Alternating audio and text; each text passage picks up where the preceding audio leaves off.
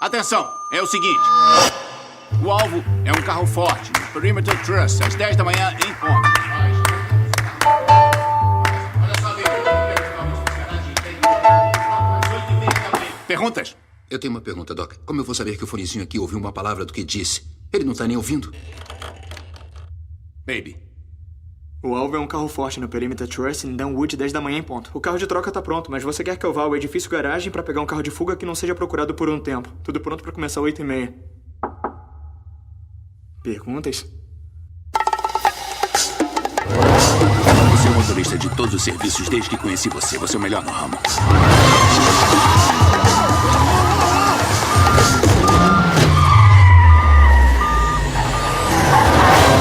Preciso de você no volante de novo. Mais um serviço e eu saio. Mais um serviço e estamos quites. Oi, baby. E aí, baby? Por que você ouve música o tempo inteiro? Sofreu um acidente quando era criança.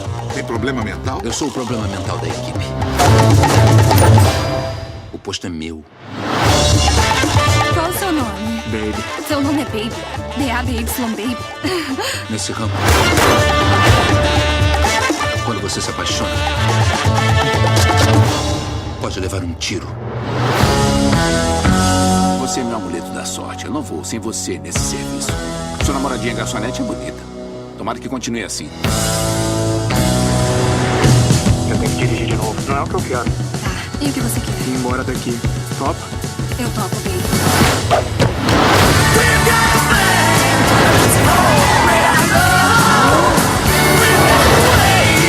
Em 24 horas, a cidade inteira vai cair em cima da gente. Você andou falando da gente?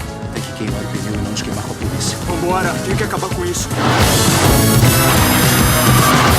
O que tá acontecendo, Baby?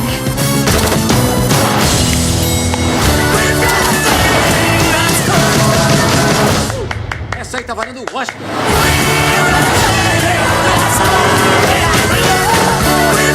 Acabou a música, baby.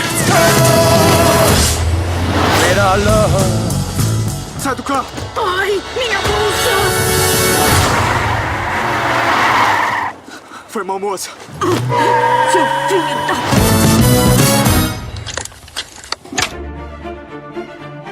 Em um mundo de fantasia. Na verdade, é na internet. Em que os filmes são analisados. Também tem biografia, entrevista, debate, um monte de coisa, né? Sim, um podcast se destaca. Podcast Cinemação. Só no cinemação.com.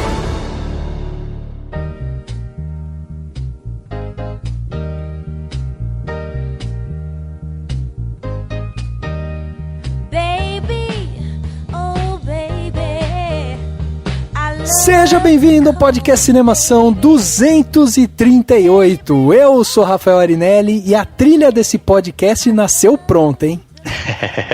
Eu sou Daniel Cury e o meu nome é esse mesmo, 4 letras, D-A-N-I, Dani. Então você pode entrar pra equipe. Aqui é o Henrique Risato e tem uma versão secreta de Baby Driver em que ao invés de música ele só ouve podcast. Muito bom, seria ótimo. E meu nome é Gabriel Gaspar e Edgar Wright é que nem o Baby, não tarda e não falha. Ó. Pois é, é isso mesmo, olha aí que legal. Exatamente. Muito bem, estamos aqui no podcast 238 para falar aqui, né, sobre Em Ritmo de Fuga, esse filme que chegou abalando estruturas, né, porque não estava no radar de muitas pessoas e de repente ele chegou e muita gente começou a ir pro cinema, começaram a falar, opa, esse filme tem alguma coisa especial e tal, e a gente foi lá conferir o que é esse filme Em Ritmo de Fuga e por que ele está sendo tão aclamado. E para isso, a gente trouxe aqui o nosso amigo Gabriel Gaspar, que já esteve aqui presente, né, no podcast 186, quando a gente falou sobre Mais Forte que o Mundo, e também já esteve aqui no podcast 130, quando a gente falou sobre a crítica cinematográfica, né, criticando a crítica. Tô vendo que eu volto de 50 em 50 episódios, né? Pois é, cara, você vê só, olha só.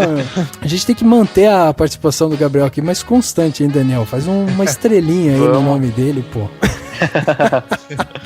Tava na geladeira. O que será que você falou, hein? Deve ter fedido alguém. O Gabriel que tem aí, né, o canal, acabou de acabar, um canal sensacional de críticas, tem crítica, tem lista de filmes, tem um conteúdo muito bacana lá que a galera pode se inscrever. E tá saindo vídeo agora semana toda quase, hein, Gabriel? Tá mesmo, cara. Nossa, tá dando um trabalho foda, então. Porra, cara, tá foda mesmo. Mas é bom, né, cara? Eu gosto pra caramba de cinema, né? É o conteúdo que eu gosto de trabalhar, né? Então, pô, quase todo dia tô vendo um filme, fazendo roteiro, alguma coisa, ou gravando pra ter sempre aí um conteúdo pra rapaziada, né, cara? E a gente tá pegando uma leva boa, né? Já fazendo o link aqui com o programa, né, cara? Pô, na mesma semana estreou Dunkirk e Baby Driver, né, cara? Dois filmaços, cara. Então a gente tá sendo agraciado pelo cinema, né, de forma positiva também. Exatamente, e aqui no Cinemação também a gente vai até atrasar alguns, né? Tem gente que vai provavelmente pedir o Dunkirk, que a gente vai ser semana que vem Dunkirk, pra depois ter o planeta, sabe? A gente vai ter um atraso, porque Planeta dos Macacos depois, né? E tal, porque é muito, né? Tá estreando uma leva, muito. 2 por semana nesse mês, pelo menos, né? Então tamo bem. E eu não sei o que aconteceu, né, cara? Porque não é nem o verão americano, né? Pra estrear tanto blockbuster, nem é a temporada de Oscar, né? Resolveu todo mundo se juntar e lançar os filmes por agora. Acho que foi justamente eles estavam com medo do verão americano, né? Acho que foram filmes que queriam fugir, né? De Mulher Maravilha, né? De outros filmes assim que já eram Transformers mesmo, né? Que eram filmes já de bilheteria garantida, né? Queriam fugir disso aí e ao mesmo tempo eram filmes que tem uma pegada blockbuster, né, cara? Eram filmes que foram feitos também pro grande público, né? E acho que acabou caindo tudo junto depois do verão americano, né? Eles não são de grandes franquias, mas eles são de grandes diretores, né? O Edgar Wright e o Christopher Nolan. Então, quem conhece já esperava pelo filme deles, assim como a gente sempre espera, sei lá, um Tarantino, né? Exatamente.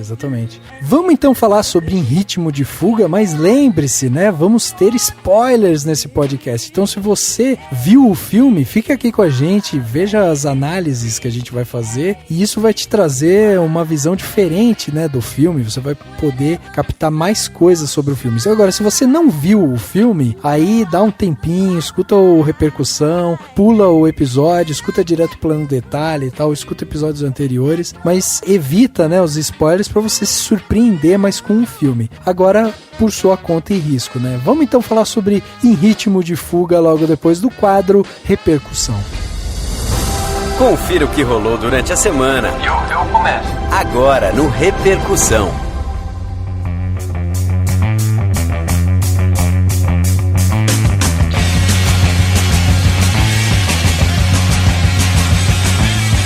Dani, saí do cinema, fui até o estacionamento do shopping, peguei meu carro, dei um cavalinho de pau de ré e aí fui em direção à catraca pra ir embora do shopping. E derrubou a catraca. Só que não. Só que não, porque eu não sei dar cavalinho de pau. Mas eu juro pra você que na minha imaginação eu fiz tudo isso e foi demais, cara. Eu também, eu peguei a estrada e saí com tudo, assim, assim, mas costurando, só na imaginação, né? Só na imaginação, até porque, né? Exatamente, cara. Pô, é um filme que a gente sai vidradaço dele, né? Dá vontade de dirigir, Meu, incrível. Mais do que dos Velozes e Furiosos, porque Velozes e Furiosos é tão irreal que você não imagina isso. É verdade, tem razão. Eu acho que é isso mesmo, esse que é o charme. Bom, se você tá aqui, né, com a gente e você quer mandar seu comentário aqui pro Cinemação, lembre-se de mandar o comentário sobre o Em Ritmo de Fuga ou de outros podcasts ou simplesmente um elogio, uma crítica e tal. Mande sempre para contato@cinemação.com, o e-mail oficial aqui do Cinemação, onde você pode escrever direto para mim, pro Dani. A gente vai ler seu comentário, vai colocar aqui no podcast e vai ler o seu comentário aqui. Além disso, você também pode mandar comentários lá através das nossas redes sociais, Facebook, Instagram, Twitter, YouTube, tudo mais, sempre procurando como Cinemação, sem o tio, sem o cedilha, sem os parênteses, Cinemacal, você vai encontrar sempre as nossas redes sociais oficiais. Além disso, temos aí todas as sextas-feiras às 22 horas, com reprises aos domingos ao meio-dia, na Rádio Inverso, o nosso podcast sendo tocado lá na íntegra. Então você pode escutar a gente dentro de uma rádio e já escutar também a programação dos caras lá. Então é muito legal porque você escuta uma musiquinha, dá uma pensada na vida, não sei o que, e de repente vem o podcast do Cinemação. Dá uma conferida na radioinverso.com. E se você não sabe, chegou a hora de você saber, nós temos um portal portal, o cinemação.com. Lá no nosso portal nós temos mais de 15 autores escrevendo diariamente para você. Então a gente tem notícias, críticas, artigos, discussões, trailers, tem tudo lá dentro do cinemação.com e você pode acompanhar tudo que sai lá e deixar seu comentário para os nossos autores, principalmente nas críticas, né? Tem muita crítica bacana saindo todos os dias e você pode mandar o que você achou sobre os filmes lá. E se você quiser dar uma ajuda para o Cinemação, vai no iTunes, classifica o podcast do Cinemação lá com 5 estrelinhas e ajude o Cinemação a chegar a mais ouvintes. E tem até podcast novo, né, Rafa? Ah, é verdade, temos podcast novo aí, ó, tem projeto novo do Cinemação que chegou ao ar. Nós colocamos o título, um título provisório ainda, porque estamos fazendo um estudo de nome e tal, e o nome é Plantão Cinemação, mas esse nome vai mudar e na verdade é um podcast bem curto de 5, 6 minutos, onde a gente vai falar as principais notícias que estão rolando no cinema, no mercado de cinema. A gente vai falar sobre cinema nacional, cinema internacional, as principais notícias. Então se você tá por fora, não sabe direito o que tá acontecendo, assina o feed do Plantão Cinemação. Saiu o primeiro episódio essa semana, um episódio aí apresentado pela Patrícia Chaves, que é a autora aqui do Cinemação, editado pelo Anderson Rosa, né, que é a autora aqui também do Cinemação, e teve aí a ajuda do Clay Coelho e do Alisson Almeida, que ajudaram a trazer, né, as principais notícias da semana. E nessa semana a gente trouxe aí notícias como o Daniel Craig voltando, né, como 007, a Ancine falando um pouco sobre os números do mercado nacional, e o Spall, né, que é aquele personagem sanguinolento e tal, que vai voltar, e querem o Leonardo DiCaprio no filme. Fazendo que papel? Você vai ter que descobrir lá no Plantão Cinemação. Então tá aí, mais um projeto, além das Matildas, nosso podcast aqui feminino, né, dentro do Cinemação, além do Indicação, onde você toma dica de filme, agora chegou aí o Plantão Cinemação para te trazer novidades sobre o cinema.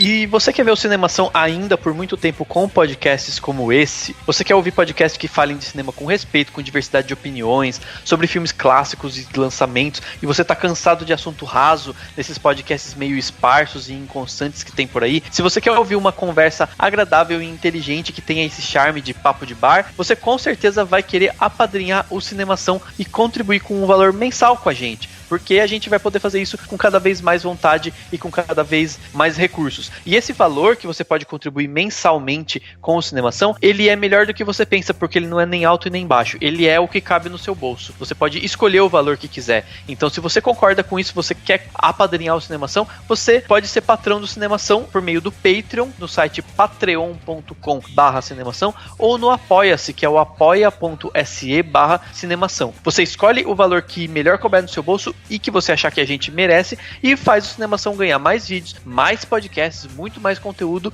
e você vai fazer como fazem o Diego Lima, o Fernando Machado, o Alberto Marinho Camilo, a Fernanda Siqueira, a Tatiane Nantes, a Tamires Porto e o Thierry Penteado. Então, seja um patrão do Cinemação. Chegando aqui onde as pessoas saíram dos seus armários, né, e mandaram seus comentários pra gente, temos aqui 2 comentários, eu tenho 2 comentários muito legais chegando aí, um no último podcast, né, podcast 237, onde a gente analisou o filme Bonequinha de Luxo, um papo muito legal que a gente teve lá, eu, o Dani, o Alexandre e a Larissa, a gente conversou sobre esse filme de 61 e o papo foi muito legal. E aí a Luísa Mota mandou um comentário pra gente falando o seguinte: ótimo episódio, Audrey é minha diva cinematográfica favorita. Estou passando aqui para deixar minha indicação, o fantástico livro Quinta Avenida, 5 da manhã. O livro relata o processo de produção do filme e é maravilhoso para quem desejar se aprofundar no assunto. Olha aí que legal. Que legal. A Audrey, que a Luísa falou, é a Audrey Hepburn, né, que é a atriz principal, foi musa do cinema durante muito tempo. É incrível, né, Dani, como esse filme Bonequinha de Luxo, ele se tornou realmente um marco, né, no cinema, e ao ponto aí de fazer inclusive um filme falando sobre a produção, né. Então, muito legal ver como esses filmes clássicos, eles realmente realmente chegam a patamares que talvez a gente não veja tantos filmes hoje em dia chegar, né? É muito legal isso, né? Porque daí eles têm toda uma história pra ser contada sobre a produção. Acho que na época era muito mais glamouroso, né, a produção. Ou pelo menos a gente tem essa visão. Então é bem legal, eu já tô com vontade de ler esse livro, vou procurar. Eu também. Dani, emenda aí, qual que é o comentário que você trouxe? Depois eu já falo o meu, porque é tudo do mesmo podcast, então você lê o seu, depois eu leio o meu. Perfeito. Eu tenho aqui um comentário do podcast 236, O Que Não Assistir, da Bruna Leão. A Bruna Leão comentou o seguinte: acho que com o preço dos ingressos do cinema ultimamente astronômico, minha ida aos shoppings, digo aos shoppings porque só existe um cinema, porém, graças a Deus, existe esse cinema de arte onde eu moro, né? Então ela faz um parênteses aqui e fala, tem ficado bem menos frequente do que eu gostaria, ou seja, ela tá indo menos, porque geralmente tem que ir pro shopping pra ir pro cinema. Exato. E como se debateu no maravilhoso cast de vocês, a sensação que eu tenho é que o meu filtro cinematográfico está pelo que não assistir. Por questões próprias e de gosto, eu não gosto da maioria dos blockbusters que lotam 8 das 10 salas disponíveis em cada cinema, o que já se torna a minha primeira peneira. Para esses eu sei que eu não vou, a não ser que tratem de assuntos mais interessantes ou tenho atores em particular que me façam confiar na obra. Exato. A segunda coisa que eu faço é a análise através dos podcasts e blogs. Eu tenho a tendência de não confiar muito em críticos de revistas e jornais, porque muitas vezes eles parecem maniqueístas e não muito adeptos de pontuar os lados bons e ruins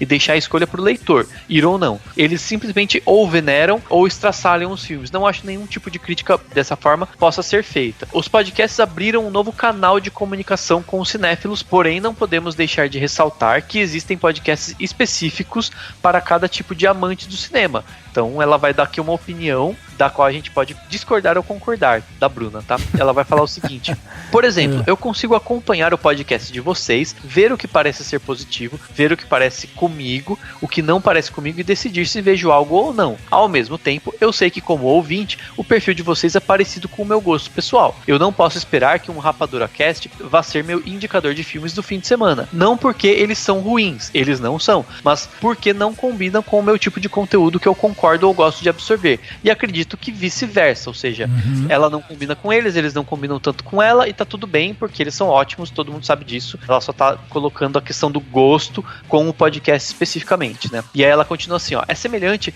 ao efeito de ouvir a opinião de conhecidos sobre filmes, você mais ou menos sabe o perfil deles, sabe do que cada um gosta, do que cada um não gosta. E se tal pessoa gostou muito de tal filme, existe uma chance de você gostar e você arrisca e vê. Assim como quando certas pessoas que não tem nada a ver com o seu estilo amam certas obras, você sente um certo pé atrás de pagar para assistir no momento em que o ato de ir ao cinema já está tão caro. Obrigado pelo ótimo cast, beijos. Então achei bem legal o comentário da Bruna, porque ela passou como que ela escolhe os filmes, e acho que é um pouco como todo mundo escolhe, né? Você escolhe, você vê quem que tem opinião parecida, quem que tem um jeito parecido com o seu, e se essas pessoas gostaram, você provavelmente vai gostar, e o contrário também acontece. Então é bem isso, né? Bem legal. Existe uma coisa, né, que se chama afinidade, né? E isso é muito importante na hora que você vai consumir qualquer produto cultural. Por quê? Porque quando você vai atrás desse produto cultural, ele tem como intuito, né, te fazer refletir, te fazer, sei lá, sentir as coisas de uma outra forma e tal. E aí, quando você tem essa intimidade com alguém que já foi, ou alguém que te indica e tal, você sabe que você vai ter uma experiência melhor vindo, né, a indicação dessas pessoas. E aí os podcasts, eles surgem justamente como uma forma da gente interagir com essas pessoas, né? O podcast é uma mídia muito íntima, a gente tá falando aqui no ouvidinho de mais de 2.000 pessoas que escutam a gente semanalmente, né?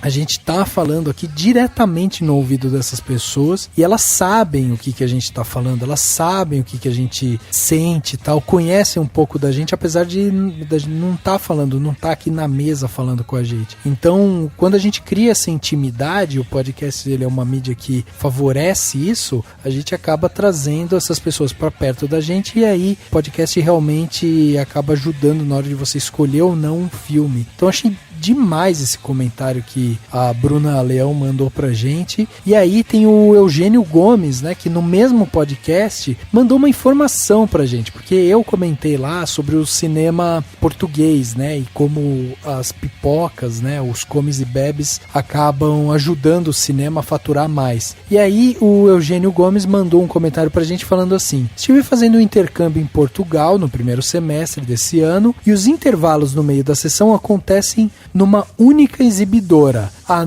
NOS Cinemas. A questão, que acaba sendo meio que um problema no mercado português, é que essa empresa detém o controle de quase todas as salas do país e não abre margem para competição. Na área em que eu morei, só havia um cinema de uma concorrente, a UCI, e alguns filmes só eram exibidos lá, o que acabava me gerando altos custos de deslocamento, já que o shopping onde ficava esse cinema era meio longe. Mas uma ação deles que nós poderíamos copiar é a Festa do Cinema Português, evento anual no qual durante 3 dias todos os cinemas exibem todos os filmes a preços promocionais. Olha aí que legal.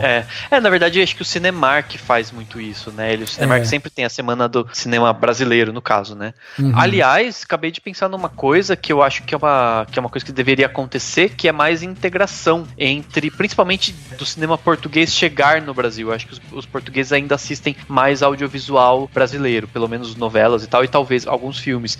Mas o cinema português chega muito pouco no Brasil, eu acho que ele precisava chegar mais. Então talvez falte uma festa do cinema português no Brasil, seria muito legal isso.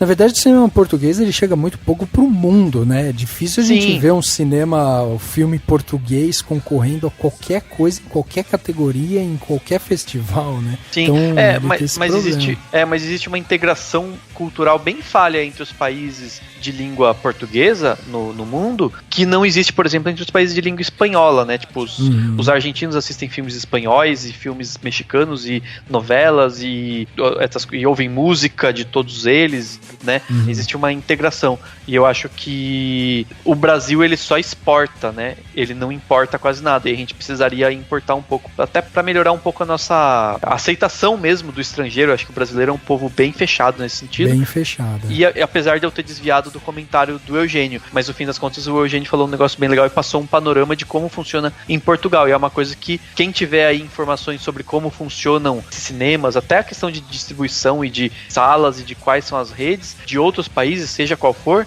se você tá ouvindo a gente de outro país, manda pra gente que vai ser bem legal da gente saber. Boa, sensacional.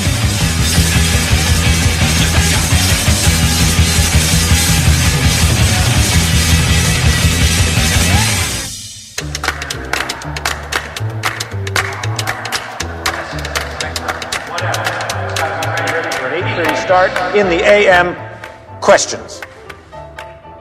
I got a question, Doc. Why'd I believe phones over here heard a goddamn word you said? You lay down your whole play. He ain't even listening. Baby?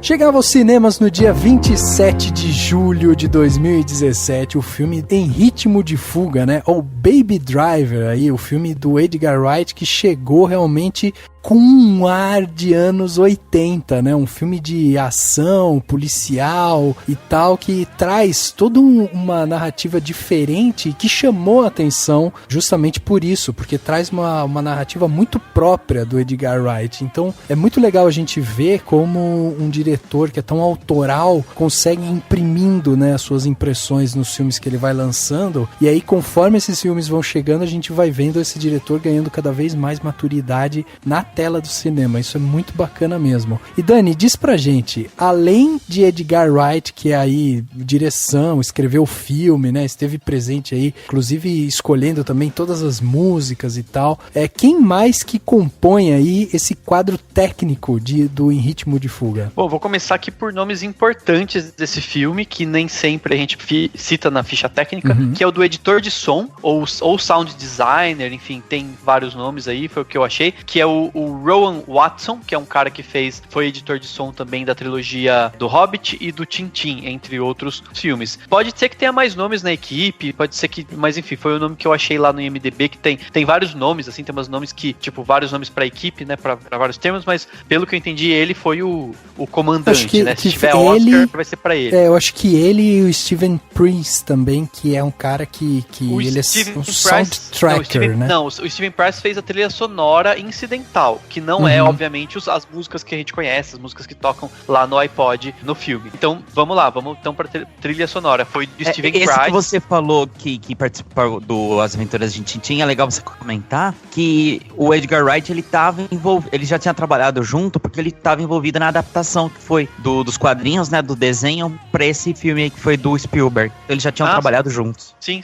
Não, geralmente, né, os diretores vão chamar as equipes, bem legal também. Trilha sonora do Steven Price, ele fez, só pra gente ter uma ideia, a trilha sonora do Gravidade, e ele também fez a de um outro filme que tem muita música na sua trilha sonora, muita música já composta, já existente, e que não funciona, que é o Esquadrão Suicida. Então, dá pra gente tentar pensar, né, acerca desse tema. A mixagem de som foi feita pela Mary Age Ellis, entre outros filmes ela fez a mixagem de Os Suspeitos, do Zumbilândia, do Duelo de Titãs, entre vários outros filmes. A fotografia do filme é do Bill Pope, que é muito famoso por ter feito a fotografia do Matrix e do Homem-Aranha 2 e do Mowgli, entre vários outros filmes. A montagem é do Paul McLeese e do Jonathan Amos, que são parceiros do Edgar Wright. O Paul McLeese fez o Heróis da Ressaca e o Scott Pilgrim. O Jonathan Amos fez a montagem do Scott Pilgrim também e do Ataque ao Prédio, que não é um filme do Edgar Wright, mas enfim, faz parte do trabalho dele. E no elenco, a gente tem o Ansel Elgort, vulgo A Culpa é das Estrelas, Lily James, mais conhecida como Cinderela, o Jamie Foxx, que todo mundo conhece, mas também foi o Ray, o presidente Underwood, também conhecido como Kevin Spacey, o John Hamm, que é do Mad Men, que todo mundo conhece do Mad Men, que é o John Hamm, o John Bernthal, que é o Justiceiro da série The Punisher e do Demolidor. Ele é o ator padrão para personagens babacas. Tipo, todos os personagens dele são babacas. Shane no The Walking Dead. O cara que ele fazia em Corações de Ferro. O Justiceiro é legal, mas é babaca ao mesmo tempo. Que é precisamos de um ator para um personagem meio cuzão. John Bernthal. E ele fez muito filme de guerra. Eu olho pra cara dele, eu penso nele fazendo filmes de guerra. E também tem a Eiza Gonzalez, que, entre tantos trabalhos, fez a série Um Drink no Inferno, a série recente, não o filme lá, né? Que é uma atriz mexicana. É isso, de elenco principal são esses nomes aí. É legal a gente falar, né, que, por exemplo, no caso a gente tem aí, né, o Bill Pope, né, que o Dani falou, diretor de fotografia e tal, e ele é um cara parceirão já, né, do Edgar Wright e tal, e é legal a gente ver realmente como que é importante essa sinergia entre diretor de fotografia e tal, porque a gente percebe sempre nos filmes do Edgar Wright, principalmente quando a gente fala desses filmes um pouco mais, com um público mais jovem e tal, a gente vê ele trabalhando sempre com cores bem mais vivas e tal, né, um trabalho com luz assim, ele gosta de trabalhar muito com luz, com sombra, né, tem momentos que a gente percebe muito forte aqui, então acho legal a gente ver isso, e também que o filme, ele foi feito aí com 34 milhões de dólares, que não é um orçamento grande para um filme desse tamanho, e aí eu tava vendo uma entrevista do Edgar Wright justamente falando que eles tinham estimado que iriam gastar muito mais do que 34 milhões, só que o que ele fez basicamente foi planejar muito o filme antes, e aí quando foram pro set de filmagem, eles meio que mantiveram o plano ali e tal, e sabe, não tiveram que fazer muitas refilmagens, aquela coisa de, putz, reúne todo mundo pra gente refazer a cena e tal, então eles meio que foram fazendo uma coisa muito mais sincronizada e tal, o que acabou ajudando aí com o budget do filme, né? E aí na sua semana de estreia, eles já faturaram 21 milhões de dólares, quer dizer, o filme na sua primeira semana já praticamente se pagou, e hoje ele tá aí com um crescimento, mas já tá batendo quase os 100 milhões de dólares em faturamento agora no último dia de julho, né, quando foi levantado. Então é um filme que deu um lucro muito grande, né, pro estúdio, e é legal da gente ver realmente isso, assim, como o Edgar Wright, ele é um diretor que tem essa mão forte, né, pra parte visual e tal, mas ele mesmo já admitiu que ele conseguiu trazer um filme, quase que um filme independente no meio desse monte de blockbuster que saiu, que era mais ou menos o que a gente tava falando no comecinho, né, do podcast aqui. Como que ele consegue trazer uma identidade muito própria pra esse filme, né? Ele é um diretor que o pessoal fala de que é cool, né, é o termo. Cool, é. Ele é um diretor que é sério, tipo, ele consegue fazer esses filmes. Lá o Todo Mundo Quase Morto, que é sensacional, mas tem eles, e o outro lá, a trilogia, né, lá com o Simon Pegg, que tem uma pegada mais bem de humor, mas um pouco mais escrachado. A trilogia Cornetto. Cornetto. Mas se a gente pegar o próprio Scott Pilgrim, ele é um filme muito, tipo, cool pra mim até demais, sabe? Porque ele é tipo, o what the fuck é isso, assim, do nada vira um videogame e tal. Do nada o cara tem superpoderes, assim. Mas é legal que ele consegue imprimir logo de cara, né, assim, o que vem por aí. Tipo, você começa o filme já meio que sabendo, não é uma narrativa tão tradicional, ela tem um estilo próprio. E aí ele já marca no começo e depois ele pode dar uma descambadinha que tá tudo dentro do esperado, né? Você entra na onda e aquilo passa a ser verossímil dentro daquela narrativa, né? O Edgar Wright, né, eu tava revendo essa semana a trilogia Cornetto, né, cara, principalmente os dois primeiros filmes, principalmente o primeiro filme ali, né, Todo Mundo Quase Morto, né, em português. Mas, se eu olhar, ele é um filme bem barato, Todo Mundo Quase Morto é um filme bem, bem barato mesmo, cara.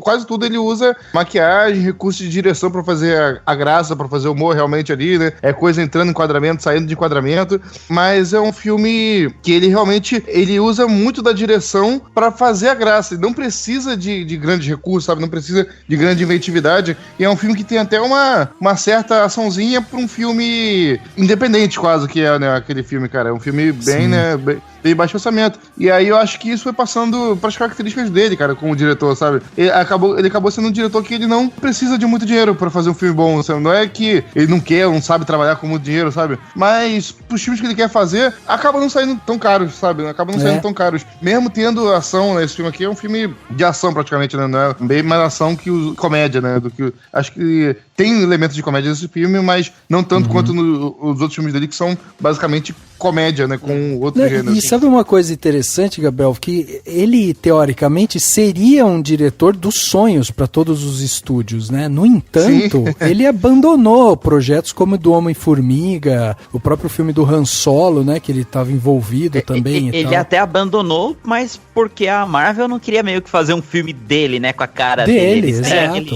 ele é muito autoral, ele é um diretor muito autoral, né? Ele é um diretor que consegue trabalhar barato, ter um público bom, né, se pagar bem, fazer obras que são reverenciadas, né, mas ele é muito autoral, né, cara? Eu acho que ele não conseguiria, ou ele mesmo se sentiria mal fazendo um filme de estúdio, um filme assim, sabe? Tipo o que o Night Shyamalan fez um tempo na carreira dele. Sabe? Naquele miolinho lá de 10 anos, só ver filme ruim. Isso, Os Mestres do Ar, esse filme de estúdio assim, eu queria ver, cara, mas eu acho realmente não dá para as grandes produtoras bancarem isso nessas franquias longas, sabe? Que nem, tipo, o Edgar Wright em um filme da Marvel, que nem quase foi no Homem-Formiga, sabe? Exato. É como querer ver o Tarantino, sei lá, um diretor desses contemporâneos autorais fazendo um filme de uma franquia, sabe? A linguagem daquele filme vai destoar muito do restante da franquia em si, cara. Então, eu acho que ele acabou esbarrando nesse tipo de problema, cara. Mas se ele tivesse feito um filme, como foi o próprio Baby Drive mesmo, né? Um filme, assim, que não fosse parte de uma grande franquia, as produtoras... Aí, sim, ele é um diretor do sonho para as produtoras, né, cara? Mas só lembrando, a Warner conseguiu um pouco disso, né, com o Harry Potter. Ela teve uns 2, 3 diretores que foram meio... Tiveram uma marquinha. Sim. Assim, a Warner conseguiu isso com Harry Potter e conseguiu isso com o Nolan também, do Batman, né? Claro, sim. A Warner, ela tem... O que será que a Warner tem, né? Será que a Warner tem a Warner? Então, mas tem uma coisa diferente que, por exemplo, a Warner com Harry Potter, a gente vê um crescente, né, dos filmes. E aqui na Marvel, a gente percebe que eles querem repetir muito da fórmula, né? Então, eles querem repetir a fórmula, cara. Realmente, então você acaba tendo, tipo, que manter o diretor dentro daquele esquadro que ela quer. E aí eu vi uma declaração do Edgar Wright justamente falando isso, assim. Ele falou, olha, não deu certo com Homem-Formiga, formiga porque eu apresentei um roteiro pra eles e eles não aprovaram. E eu não estava disposto, né, a chegar lá e fazer um filme que não fosse um filme meu, um filme que eu tivesse escrito e tal. Então eu simplesmente falei, tá, ok, obrigado, pego minhas coisas e vou embora, porque não queriam fazer. E ele falou que o que ele vê de problema desses estúdios é justamente isso, é que a marca daquele estúdio, ela começa a ficar muito maior do que a obra em si. E aí ela precisa manter um padrão a ser seguido. Então existe um padrão de excelência que eles querem seguir e isso tira um pouco dessa autoria dos diretores. E daí, na opinião dele, inclusive, ele diz que se você contrata o diretor porque você sabe do viés criativo que esse cara tem, ele fala, não, eu abraçaria esse diretor e falaria, tô te contratando porque eu quero o seu olhar criativo e não vou te trazer porque você tem um olhar criativo, mas faz isso daqui que eu quero, entendeu? Mas, não sai da receita. E eu entendo isso, né? Eu entendo na real o lado dos dois, né, cara? E por um lado também pra produtora é complicado ela dar... pra ela é um investimento, aquele filme é um investimento, não é uma obra de arte. E ela vai, disponibilizar 100 milhões, mais de 100 milhões às vezes, e aquele filme tem que ter um lucro, sabe? Tem que faturar 150 milhões, algo do tipo, sabe? E pode gostar do diretor até, mas gosta a ponto de liberar, 120 milhões pra um diretor, tá ligado? É complicado, para dar total liberdade pra ele fazer o que ele quiser, sabe? É muito complicado. Alguns diretores, a Warner, ela tem até uma certa... de repente, por isso que alguns diretores conseguem trabalhar melhor na Warner. Dá uma liberdade maior pra alguns diretores.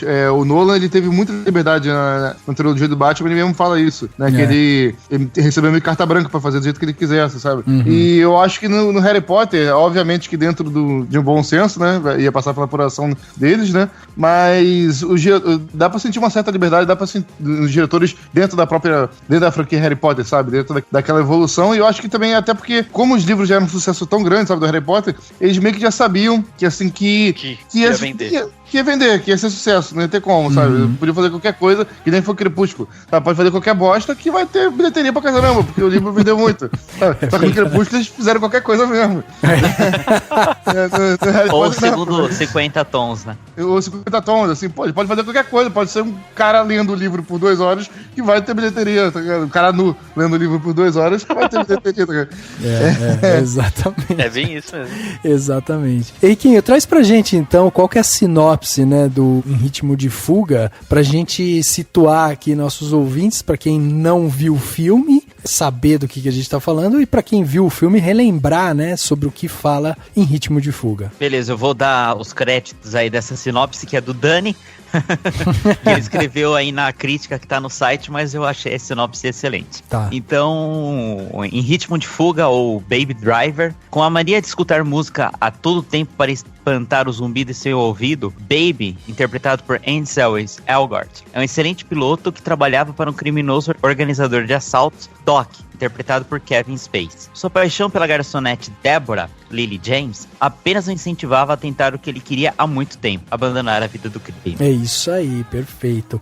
E aí já começo a gente falando sobre o filme, trazendo justamente a questão de referências, né, que esse filme tem em vários momentos. E a sensação que eu tive logo começando a assistir ele e tal, foi justamente de um filme bastante saudosista, assim, e me lembrou muito, por exemplo, Cães de Aluguel, né, ou outros filmes que a gente vê, o próprio Taxi Driver e tal. Por quê? Porque a gente tem lá planos longos, né, às vezes até alguns planos sequência e tal, e algumas brincadeiras como no próprio nome dos personagens, né, aquela coisa dos apelidos, esse daqui é o Baby, essa daqui é a Darling e tal, como se fosse, né, o Mr. Black lá, o Pink e tal, né? Pink.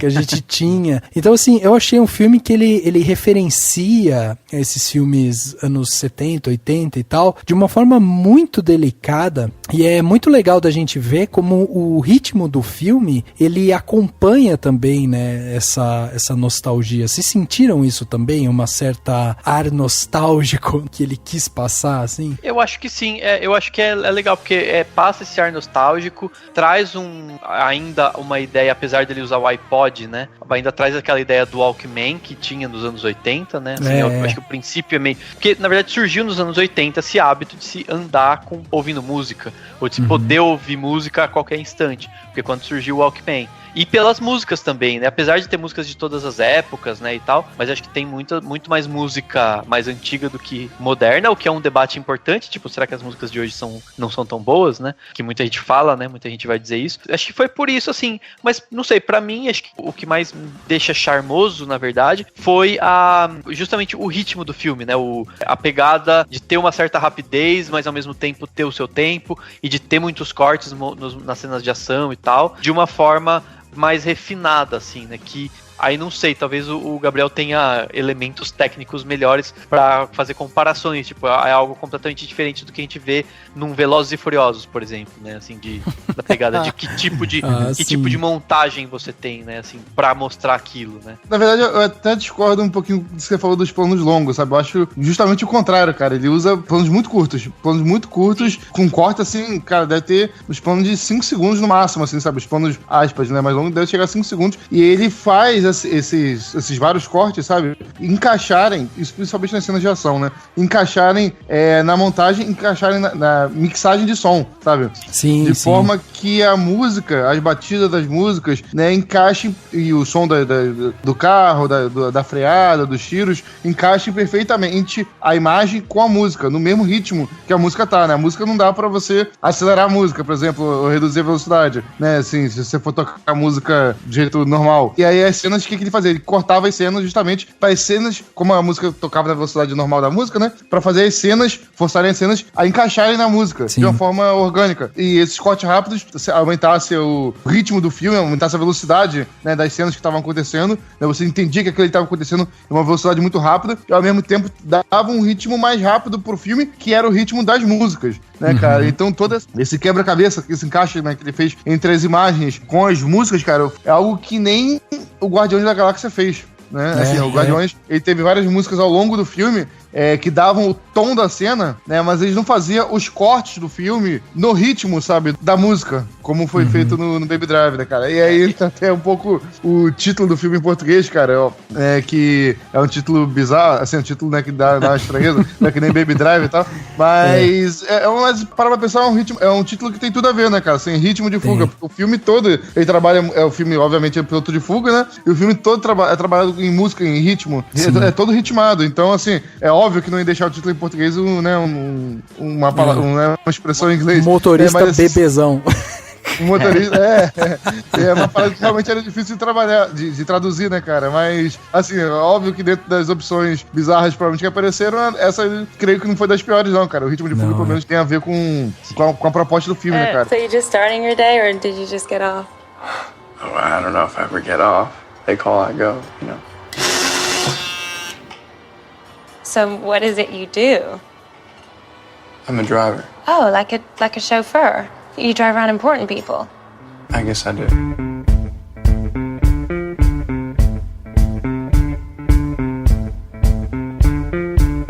Quando eu falo assim de planos longos, eu tô me referindo mais justamente àquele segunda sequência, né, vamos dizer assim, quando não tem as cenas de ação. Por exemplo, ele indo pegar o café. Sim. Isso que eu ia falar. Me deu realmente a sensação de... Sabe aquela discussão da música da Madonna no Cães de Aluguel, assim? Aquela coisa bem, né, você vai acompanhando, tem a música e tal. Então é uma coisa assim que ele vai te imergindo no filme de uma forma muito interessante, porque a primeira cena já é logo uma cena de ação rápida que te coloca um ritmo frenético. Então ele te joga dentro do filme. O filme começa, você já toma um tranco falando, caralho, puta, quanta coisa acontecendo e tal. E esses cortes curtos que o Gabriel falou, eu até senti que ele faz uma brincadeira de antecipar até o pensamento do Baby, sabe? Porque ele em alguns momentos, ele mostra detalhes na cena do raciocínio que o Baby tá tendo. Então, por exemplo, logo nessa primeira sequência de ação,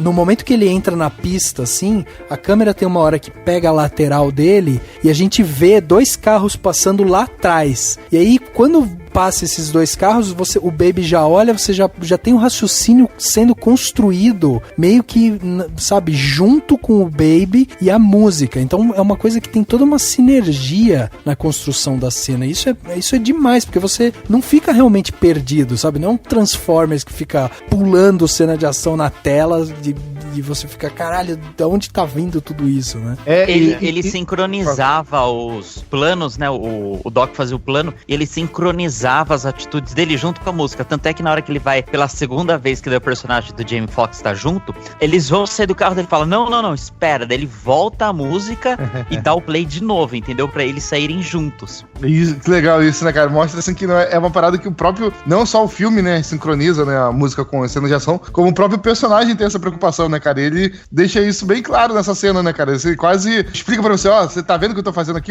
Tô sincronizando o áudio com a cena de ação. Você não reparou até agora?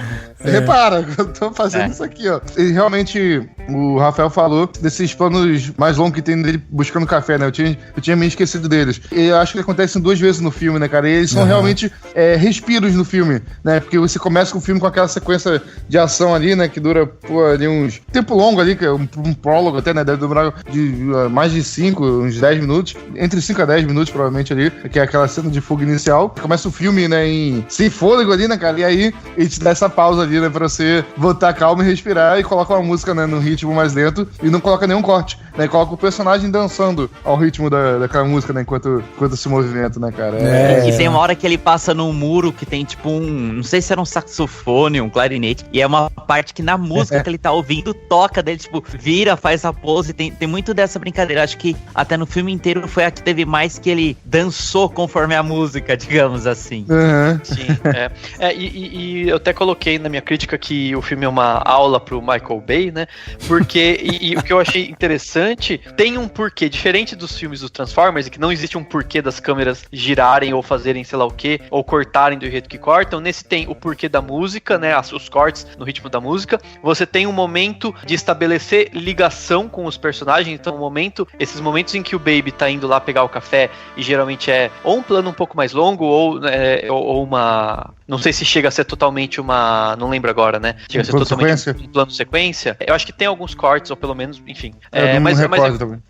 Mas a questão é, você tem um momento de respiro e tal, então tem um porquê, que é pra ter isso, e tem 2 momentos em que a câmera gira, né? Em que a câmera tá girando, que é o momento em que você tem os caras lá, os bandidos, acho que tá o Jamie Foxx no meio também, a câmera tá girando, que é pra estabelecer a relação entre os personagens, tipo, eles estão criando algo. Isso até foi numa conversa vou dar os devidos dos créditos, né? Foi numa conversa com a Grécia que ela falou, nossa, mas acho que é pra estabelecer relação. Falei, é verdade. Estabelece a relação entre eles, e aí tem um momento na lavanderia, que é o Baby e a Deborah, eles estão criando essa relação, criando o vínculo deles, e a câmera começa a girar, e aí tem toda uma brincadeira com a mise-en-scène mesmo, porque eles também estão girando. Então a câmera vai girando e eles vão meio que acompanhando e girando entre si, criando quase que uma dança, né? Então, assim, todas essas escolhas são muito bem desenvolvidas, né? O Edgar Wright sabe muito bem o que ele tá fazendo, e é o que todo diretor bom sabe fazer, que é estabelecer como a câmera vai funcionar, como ela vai se portar naquela cena, e o porquê, o que aquilo traz de retorno. Coisa que, né, em alguns filmes conhecidos como Transformers, a gente não tem, né, isso, assim, você fala, tá, por que a câmera tá girando, qual é o sentido de a câmera tá cortando tanto, e não tem, é simplesmente pra fazer estripulia, né, com a imagem, né. Você conhece a regra dos 180 graus, né, no cinema, mais ou menos? Não, como assim? É uma regra de direção, que é a regra do eixo, também conhecido como regra do eixo. Que eu não sei se eu vou conseguir explicar sem imagem, mas é meio que assim, imagina que tem 2 pessoas conversando, um do lado direito e um do lado esquerdo, sabe? E aí a câmera filma os 2 conversando com os 2 no mesmo plano, sabe? Um do lado direito, um do lado esquerdo. Você consegue entender onde cada um tá, sabe? E aí, de repente, a câmera resolve continuar a conversa filmando só um deles. Aí ela vai filmar o que tá do lado direito, continuando olhando pra esquerda, por aí vai, sabe? O que tá do lado direito vai olhar pro outro lado também, mantendo, né, o mesmo eixo, sabe? Ou seja, ele vai continuar filmando, sabe? Imagina que traça uma linha entre os 2, desse lado aqui de 180 graus, sabe? Dos personagens. Tá conseguindo entender? Não tá ficando muito complicado? Não, tá explicando bem. Tá entendendo, né? Aí, se o diálogo ficasse, sabe, com a câmera, às vezes de um lado desse eixo de 180, às vezes do outro lado, sabe? Cortasse a câmera aparecesse do outro lado, ia causar uma confusão que estivesse vendo, sabe? Você não ia conseguir entender, mas eles estão conversando ainda, olhando entre si, sabe? Como é que ia parecer confuso pra quem tá vendo. Ia parecer que eles estavam olhando pro mesmo lado, né? Ia parecer que eles estavam olhando pro mesmo lado, exatamente, sabe? Se a câmera cruzasse esse eixo, sabe? Entendi. E pra câmera conseguir ir pro outro lado, o que a câmera tem que fazer? A câmera tem que se movimentar pra lá sem cortar. Aí a pessoa que tá vendo entende que sabe que mudou o eixo, sabe? E aí não fica confusa, sabe? Se for necessário, né? Que a câmera vá pro outro lado, sabe? Não pode ser feito em corte, tem que ser feito com a câmera se movimentando pra lá, sabe? Entendeu? Ou o contrário, ou as duas pessoas se movendo, sabe? Pro outro lado, sabe? Mas sim. Pra trás da câmera. O Michael Bay, ele não faz isso no filme dos Transformers, sabe? Ele não respeita o eixo. E aí você não respeita quem paga o ingresso, né? E aí você vê um monte de robôs se embolando, sabe? Você não sabe mais quem tá batendo em quem, sabe? Em que direção estão, sabe? E a câmera vai cortando rápido pra caramba. Né? E você não... Depois do tempo de luta, você não sabe mais o que tá acontecendo. Você simplesmente não sabe mais se eles estão caindo ou se estão pulando, sabe? Quase. O Edgar Wright, cara, ele tem uns cortes tão rápidos quanto o Transformers, sabe? Os cortes são curtos, que nem do Transformers, só que ele respeita totalmente a regra do eixo, sabe? Se você reparar, tem na cena de abertura mesmo, essa cena tem na internet já, né? O filme mesmo disponibilizou essa cena pra divulgação, né? Essa fuga inicial. Sempre que a câmera vai mudar em posição ao carro, ou a câmera fica parada e o carro passa pela câmera, o carro mesmo faz um drift, sabe? Por exemplo. Sim. E volta. E aí você entende que estão indo estão voltando na outra direção agora, sabe? Estão indo pra aquela direção, você consegue entender exatamente cada movimento do carro, sabe? E toda vez que tem uma mudança de direção, ele filma essa mudança de direção, sabe? Ele não faz o corte e simplesmente aparece o carro voltando na estrada, sabe? Ou algo do tipo. Senão você não entende nada. Exatamente. Tecnicamente muito bem filmado, cara. Assim, sinceramente, é o filme mais difícil do Edgar Wright de cenas de ação, sabe? É o filme que mais exige saber dirigir cenas de ação. E ele sai, em relação aos outros filmes, né? Absurdamente bem nas cenas de ação, cara. Sinceramente, cara. Nível em matéria de direção de cenas de ação. Sem deixar, não quero julgar assim logo de cara, mas sem deixar nada ou muito pouco ao Mad Max, cara. Ao último Mad Max, cara. Em cenas de ação, cara. Então, é verdade. E até porque você tem outro elemento que é o seguinte: quando você pega, por exemplo, o próprio, sei lá, os últimos que ele fez, né? Que você tem Heróis de Ressaca, o próprio Scott Pilgrim e tal. Você tem elementos ali fantasiosos, né? Então, você ainda consegue brincar, mesmo que você não consiga atingir essa parte do eixo da câmera, né? Ou você fale de alguma forma técnica ali, você ainda tem um elemento da fantasia que você pode se apoiar nele para justificar essa confusão visual, vamos dizer assim. Aqui a gente tá falando de um filme que é totalmente palpável, né? Totalmente real, assim. A gente tá falando de carro, a gente tá falando de pessoas assaltando bancos e tal. A gente vê, né, essas perseguições, a gente já viu quantas vezes no cinema. Então, é uma coisa muito mais próxima do público que tá assistindo. Por isso que a parte técnica, ela precisa ser realmente ressaltada, assim, porque a gente já viu tantas vezes essas perseguições, já viu tantas cenas de assalto e tal, que é interessante da gente ver realmente como que ele vai montando essas cenas. E aí tem outro elemento que eu acho muito interessante, é de entregarem pra gente um personagem que, primeiro, ele fala pouco, né, um cara que se comunica muito pela sua atuação, pelos olhares e tal, e a gente também consegue ver, a gente fica amarrado nele durante o filme. Então, assim, além de criar toda a empatia que a gente precisa pelo personagem, quando tá rolando a cena de ação mesmo, você fica no carro com ele, vivendo o momento dele, sentindo quem que ele é, como que ele vai se adaptar àquilo, como que ele vai, né, fazer com que aquilo ali aconteça e tal, e como que ele vai colocar em ação realmente o talento que ele tem, que é de dirigir um carro e conseguir, né, escapar de uma forma tão limpa e tal. Então, eu acho interessante do filme entregar pra gente um personagem que fala tão pouco e ao mesmo tempo ele se expressa tão bem, entendeu? Sim. Isso faz muito sentido sabendo que o pai adotivo dele é surdo e ele é meio que tudo junto. O pai adotivo dele é surdo, ele se comunica por por gestos, né? Ele se comunica por linguagem de sinais, e ele tem a questão do ouvido. Até eu ouvi um negócio errado, tipo, não sei quem falou assim, ele é parcialmente surdo. Não, em nenhum momento fala que ele é parcialmente surdo, ele simplesmente tem aquele zumbido, né? Aquele chiado por conta do acidente que ele sofreu. E aliás, o filme eu acho que é muito bom em mostrar os flashbacks da vida do Baby, né? E então, assim, eu acho que, tipo, tem todo um paralelo disso, assim, ele precisa da música pra tirar esse chiado, que não deixa de ser uma forma também, assim, ele precisa da música pra se esquecer do passado, de uma certa maneira, sabe, assim, eu preciso dessa muleta, de algo pra não ficar lembrando do meu passado, porque além da questão do chiado ser um chiado, ele é uma constante lembrança de um passado traumático, né? Tipo, mas ao mesmo tempo, a música ligava ele ao passado, porque a mãe dele era cantora, e ele ouvia, ela que deu aquele iPod pro presente, que é mostrado no flashback, mas assim, ele fugindo do passado, mas ao mesmo tempo sem conseguir, porque ele sempre tava naquele universo. Ele fugia do acidente, né? Não da mãe, não lembrança da mãe, né? Ele fugia do acidente. Perfeito. E eu acho que é interessante isso, assim, então, tipo, essa expressividade dele, a forma como ele se comunica e o fato de que ele não é de falar muito, é por isso, ele vive num lugar onde ele não precisa falar, porque o cara que criou ele não fala e não ouve. E aí tem toda a questão da música. Não é à toa que ele se apaixona pela menina que entra cantando no lugar. Tipo, sim, é quase como se ele se apaixonasse pela voz dela musical. E depois pela mulher que ela é. E aliás, entra, na minha opinião, uma crítica aí à forma como ela é apresentada. Tipo, ela é quase que um troféu, né? Eu acho que eu senti falta de um aprofundamento na personagem da Débora, do tipo, quem ela é realmente, ou ela é um pouco algo além. Ela é um pouco vazia, né, Dani? Você entende que ela tem esse interesse, mas em alguns momentos ela passa até por superficial, assim, né? Você não sabe exatamente qual que é o objetivo dela, qual que são as vontades dela. Aliás, os personagens femininos desse filme são muito fracos, né? Eu acho. O personagem, a Débora, cara, isso... Eu gostei muito do filme, tava falando assim, mas ela realmente é uma personagem que ela só existe pra mover a trama do Baby adiante, né, cara? Pra ele ter uma motivação pra fugir daquele mundo e tudo mais. Ela não tem profundidade nenhuma, realmente, como falou. Ela não tem passado, ela não tem presente, ela não tem parente, ela não tem história, ela não tem vontade de nada, sabe? Ela simplesmente vai com ele. E se você parar pra pensar também, o Edgar Wright tem um pouco disso também no Scott Pilgrim, não necessariamente com mulher, sabe? Mas ele tem personagens que se movem em prol do protagonista, sabe?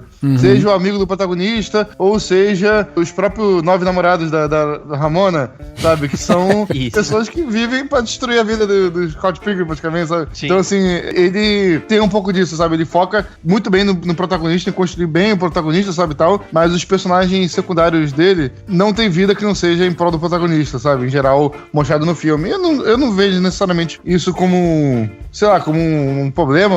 Enfim, é uma escolha dele. É algo que ele faz em quase todo o filme dele e... Ok, por mim tudo bem, sabe? Assim, mas realmente eu ficaria curioso pra saber um pouco mais da vida dela. Ou, pelo menos, que ela tivesse uma motivação melhor construída, sabe? Exato. Até eu acho que aquela parte toda, quando começa a mostrar todo o interesse, né, que vai sendo construído dele por ela e tal, eu senti ali naquela parte do filme, né, depois que ele entrega o café e tal, tem uma coisa ali, pra mim, eu fui sentindo uma barriga ali no filme, sabe? Porque era um momento que eu tava esperando realmente um pouco mais dessa profundidade com ela, assim. Quem que é ela? Como que ele vai se relacionar com ela? O que ela vai trazer a mais pra ele, pra que esse personagem também se desenvolva, seja desafiado e tal. E isso podia ser desenvolvido rápido, cara. Assim, rápido, que é um filme que... Eu vou dar um exemplo aqui de um outro filme que, óbvio que tem outro tom completamente diferente, outra proposta, mas o Drive, sabe? A personagem que vai com ele também, tem uma personagem feminina que quer fugir com ele, né, e tudo mais, assim, é até parecido o plot, né, de certa forma. Mas a personagem dela é bem construído, sabe? A construção é rápida, sabe? Você vê ali só que ela tem um ex-namorado, você vê que ela tem uma filha, uma coisa e tal, e sabe, em 5 minutos desenvolve o suficiente pra pelo menos ter um motivo, sabe? Melhor. Esse filme não precisa nem desenvolver em 5 minutos. Esse filme podia desenvolver em 2, no diálogo mesmo que eles estavam tendo, sabe? Em 2 frases dela, sabe? Que exato. Essa motivação, que sabe? não achasse que ela tava, sei lá, ela tava fugindo de algo também, sabe? Se importar com ela, né? Vai se importar com ela, sabe? Você vai falar, putz, sei lá, nem que seja qualquer coisa clichê podia ser, sabe? Tipo, sabe, meu pai bate em mim, sei lá, minha mãe morreu, meu padrasto. Exato. Qualquer coisa, que fala, também é uma personagem em fuga, legal, ela vai com ele. E não, tipo, tô de bobeira, tem nada a fazer, eu vou contigo. Sabe? Isso ficou pouco assim. E até pensando, hoje em dia, muita gente questiona, né, ter mulheres nos filmes que tem. Tipo, o Edgar Wright simplesmente não é um diretor que contribui pra essa, o que a gente, né, chama da diversidade no cinema, de mostrar outros perfis e tal. Então, realmente, não é o forte dele, né? Talvez, diferente, enfim, de outros diretores que tendem a colocar mais. Enfim, todo esse debate que se tem hoje, né, principalmente do feminismo dentro e tal, nos filmes. Só pra citar de novo, né, a Grécia, que a gente viu o filme juntos e depois a gente conversou, que ela, a Grécia das Matildas, né, pra quem não conhece do podcast As Matildas, aqui do Cinemação, ela falou assim, nossa, você reparou que as mulheres, tipo, são troféus e elas não trocam uma palavra, assim, né? E realmente, tipo, esse é um filme que eu não acho que precise pra ser um bom filme, esse é um filme muito bom, mas não precisa, mas de fato, ele não passa no teste de Bechdel, que também não é nenhuma definição supra-sumo do que deve ou não ter no filme pra que ele seja até nem questão de ser feminista. Tem filmes que podem passar e não serem, tipo, feministas ou não terem boas representatividades de personagens mulheres ou de outras etnias ou de o que quer que seja. Mas é um parâmetro meio básico, assim. Então esse é um filme que não passa. Tipo, elas não trocam palavras, não trocam olhar. Elas mesmo quando a Débora e a outra personagem, elas se cruzam, como que é o nome da personagem mexicana lá? Na verdade ela tinha um apelido, né? Era Darling. A Darling, né? Darling, Quando a Débora e a Darling se cruzam, né, lá no bar, naquele momento, elas também não se falam, tal, e elas são pouquíssimo aprofundadas. E aí entra na questão dos personagens, os outros ladrões, eles são um pouco aprofundados e eles também estão todos girando em torno do andamento. Tirando o Jamie Foxx, que eu acho que tem algo de profundidade, os outros, eles estão só a serviço do roteiro. Eu não acho que precise, né? Acho que o debate não tem necessidade de que eles sejam super aprofundados, mas eles estão lá só pra, né, assim, eles não tem absolutamente nada que faça, por exemplo, com que a gente sinta a falta deles no momento em que eles morrem, por exemplo. What is your name? Baby. Your name's Baby. B-A-B-Y, baby. It's the one who say listen to the music all the time? Is he mental? Mental meaning slow. Was he slow? No.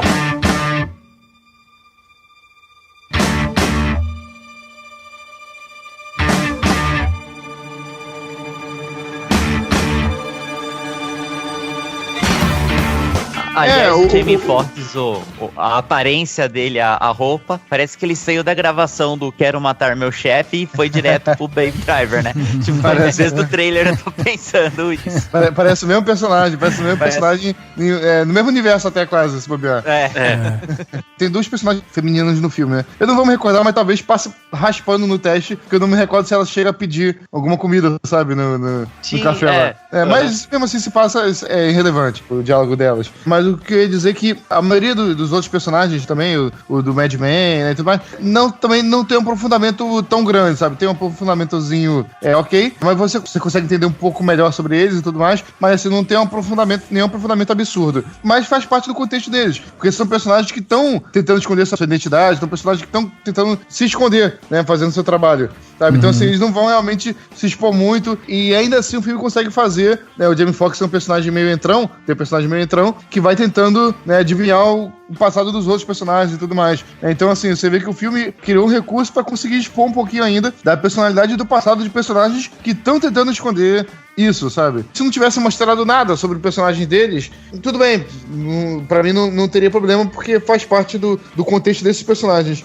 Só a da namorada, realmente, cara, que nela que incomoda, sabe? A falta de aprofundamento nela incomoda mais do que a falta de aprofundamento nos outros personagens, né, cara? É que ela é o agente motivador dele, né? Ela é o agente que vai fazer com que ele fuja e tal, então ela acaba tendo ao mesmo tempo peso. Que incomoda, tendo também, cara. E o próprio pai adotivo dele também. Não é aprofundado, sabe, assim, mas você consegue simpatizar com ele. Você consegue simpatizar com ele, acho que, mas principalmente eu acho pelo estado estado de fragilidade dele, né, cara? E aí a gente tende a ter uma identificação mais automática, né, cara? Assim, né? O cara é paraplégico, surdo. Ele é idoso, surdo, cadeirante. Né, cara? Chega o pessoal e derruba ele da cadeira, pô, você não precisa saber nada sobre aquele personagem, você vai ter uma simpatia com ele, você vai ficar com pena dele, né, cara? Você não sabe nem se ele, pô, quando ele era jovem, ele era um traficante de drogas, você não faz ideia, né, cara? Sim. Mas você tende a ter pena ali dele, você tende a ter uma simpatia maior por ele, né? Eu até acho que tem um pouco aí, novamente, né, do que foi essa construção deles voltando, né, pra essa nostalgia, porque, de novo, né, a gente tem um chefe, que é o Doc, né, vivido pelo Kevin Spacey, que é muito caricato, né, aquele cara mandão, o cara que tem os contatos, o cara que vai fazer, é o cérebro, né, por trás ali daquele grupo de bandidos. A gente tem o cara que é o desafiador, que é vivido pelo Jimmy Fox também, né, um estereótipo bem conhecido de filme de ação. Aí tem a personagem latina, tem o cara que seria o sanguinolento ali e tal, e aí você tem o personagem principal, que é aquele que você acompanha,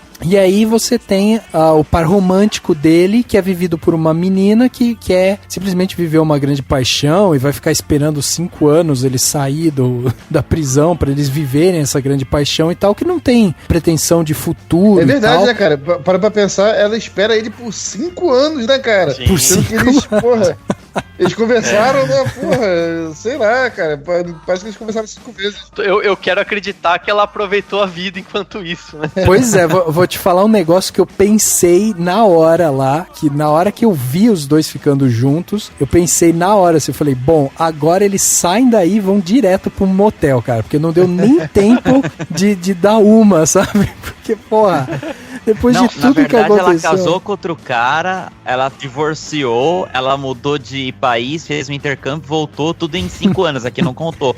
Mas aconteceu muito mais coisa, entendeu? Ela terminou com ele, né, olha, acho que não vai dar certo entre a gente, né, e voltaram depois. Ela ficou com o personagem do John Bernthal, que ele é cuzão, ele pegou ela. Exato. Porque tudo isso volta, né, justamente por esses estereótipos de filme de ação, que acabam meio que voltando para esses filmes dos anos 80, que era o que a gente tinha mesmo, né? Se você for parar pra pensar, justamente, como eu falei aqui já, né, em Cães de Aluguel, o próprio Taxi Driver e tal, né? Taxi Driver, apesar de você ter lá a personagem feminina, que ela tem, né, uma história, que ela é também agente motivadora dele, né, pra mudança dele e tal, ela também acaba sendo essa personagem que vai fazer com que o filme aconteça. O que eu acho que, nesse caso, é uma falha, né, que talvez precisa ser corrigido na direção do Edgar Wright, de justamente trazer um pouquinho mais de peso, porque a gente às vezes sente falta, né, a hora que você vai vendo, às vezes, o relacionamento dos dois, às vezes pode parecer um pouco vazio. Mas tem uma coisa que eu acho que o Edgar Wright acertou, foi na escolha do elenco, porque o que tem de falha ou algo que não é tão bom no roteiro, que é o desenvolvimento dos personagens e tal, você ganha em carisma. Eu acho que a Lily James é muito carismática, funciona muito com o personagem. O Ansel Elgort é super carismático e, tipo, você pega o John Bernthal, tá fazendo o papel que ele sabe fazer, o próprio o Kevin Spacey, né, ele é um Frank Underwood que deu errado e virou bandido. Tipo... Não que ele não seja, né? Não que ele seja honesto no House of ele só não virou o presidente, né? Só entrou pra outra área. Mas acho que é um pouco isso, sabe? Os atores foram escolhidos muito bem escolhidos. Tipo, eles conseguem funcionar muito bem pra aquilo que eles fazem. E é muito interessante, porque às vezes a gente fica exigindo, né? Ou querendo que os atores façam coisas extraordinárias, ou, né, sejam, sei lá, maravilhosos, odeiem a Fernanda Montenegro, né, na tela, mas nem sempre precisa. Tem atores que nem sempre o ator precisa ser genial, ele precisa funcionar para aquilo que precisa funcionar dentro da proposta do filme. E eu acho que nisso o filme, o Baby Driver, ganha bastante. Assim. Sim. Na verdade, a gente tá cobrando um aprofundamento maior da Deborah, e a gente não tá comprando muitas motivações dela, ou por que ela se apaixonou por ele, porque eles só se falam, 3 vezes no filme e tudo mais. Só que o filme, ele trabalhou a paixão dos dois 2 com música, com a trilha sonora, né, cara? Com ritmo nessas cenas. E eu tô falando aqui porque realmente, assim, quando a gente vê o filme, assim, a gente não sente isso, a gente compra o romance dos dois inicialmente, sabe? Você sente que os dois estão apaixonados imediatamente porque o filme trabalha muito bem a música, né? Depois, quando você para pra refletir o roteiro, sabe? Quando você chega em casa, sei lá, você pensa, porra, por que diabos eles se apaixonaram? Né? Aí tu vê que não faz sentido. Exatamente. Até, sabe? Mas... Por que ela esperou 5 anos, ele, cara? Tipo, eles mal se conheceram, né? Eles mal se conheceram, esperou 5 anos. Você vê que não faz sentido realmente, sabe? Só que isso não atrapalha nem um pouco a sua experiência vendo o filme. Enquanto você tá vendo, o filme consegue trabalhar isso muito bem pra você com a música, com a trilha sonora, né, cara? Então fica essa opção dele aí, né, cara? A gente fica querendo, realmente, eu queria que ele tivesse um diálogozinho a mais, outra ali explicando as motivações dela, mas será que de repente isso, sei lá, poderia prejudicar o ritmo do filme? Eu acho que não, acho que de repente teria como conciliar, mas foi a escolha do Edgar Wright, de repente, né, cara? Pra não atrapalhar o ritmo do filme e passar aquilo com música, né, cara? E não, sei lá, bem, tem outras formas mais criativas, né, de passar. Você sabe que uma coisa que me surpreendeu assistindo o filme foi o seguinte, eu tava tendo a sensação de que a gente ia ter um filme de ação focado na ação, né, no fato dele dirigir e tal, e de repente o filme começa a cair pra um lado de violência e tal, que eu não tava esperando. Então, assim, ele tem alguns gatilhos, o Edgar Wright traz pra gente alguns gatilhos na narrativa que fazem justamente você se prender nele e você não tem nenhum momento de sonolência nesse filme, sabe? Apesar de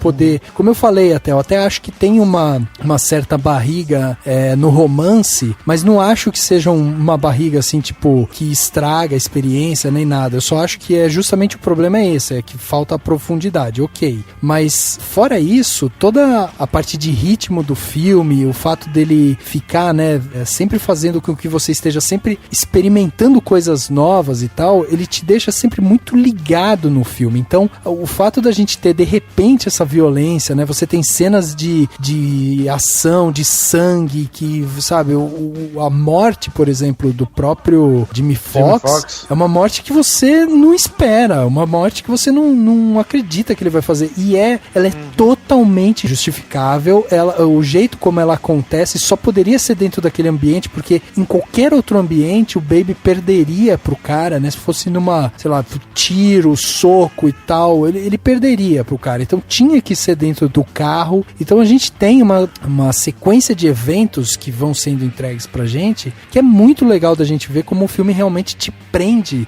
pela novidade. Então a cada momento você fala, puta, tem uma coisa nova acontecendo aqui. E sabe um negócio que eu acho muito legal? Eu vou até dar uma viajada, aí vocês me falam se vocês concordam. O filme, ele constrói o tempo inteiro, o princípio, assim, de que o herói, né, o Baby, é muito bom, é uma pessoa muito boa, tem um coração bom, né? Lá o pai adotivo dele falando que ele não nasceu pro crime. Ele só teve as escolhas erradas, né? Que ele é, né, porque ele é muito bom, papapá. Tem até um momento, vou botar crédito de novo pra bendita da Grécia que falou isso. Tô achando que a gente devia ter chamado ela e expulsado devia ter chamado a Grécia, mas ela tá sem voz, a voz dela tá voltando. E ela falou que eu até vi até vou falar pra todo mundo, vejam depois no YouTube, o vídeo tá no YouTube, é uma dessas cenas que eles liberaram, né, pra divulgação. É uma cena em que ele começa a falar, tipo, ele aparentemente não tá ouvindo a conversa, né, não tá ouvindo a apresentação lá do Kevin Spacey, daí ele tira o fone e o cara, né, o Jamie Foxx fala, pô, ele ouviu o que ele tá fazendo, e ele vai lá e repete tudo, e explica tudo, né, e mostra que ele é fodão. Nesse momento, tem uma hora que a janela aparece em cima da cabeça dele, formando uma ideia de auréola, né, então tem essa coisa de santificar, e cria-se o tempo inteiro a ideia de que ele é um herói, de que ele é muito bom e tal. E aí tem esse momento de virada em que ele mata uma galera, né, ele mata o Jamie Foxx, mata não sei quem, e atira e tal, então ele meio que, é como se ele tivesse que dar uma entrada final pro mundo do crime pra depois tentar sair. Nessa saída, que é aquele epílogo, né, que tem no filme, você acha que já acabou, e aí ele ainda é preso, vai pra prisão, a prisão, ela é muito um purgatório.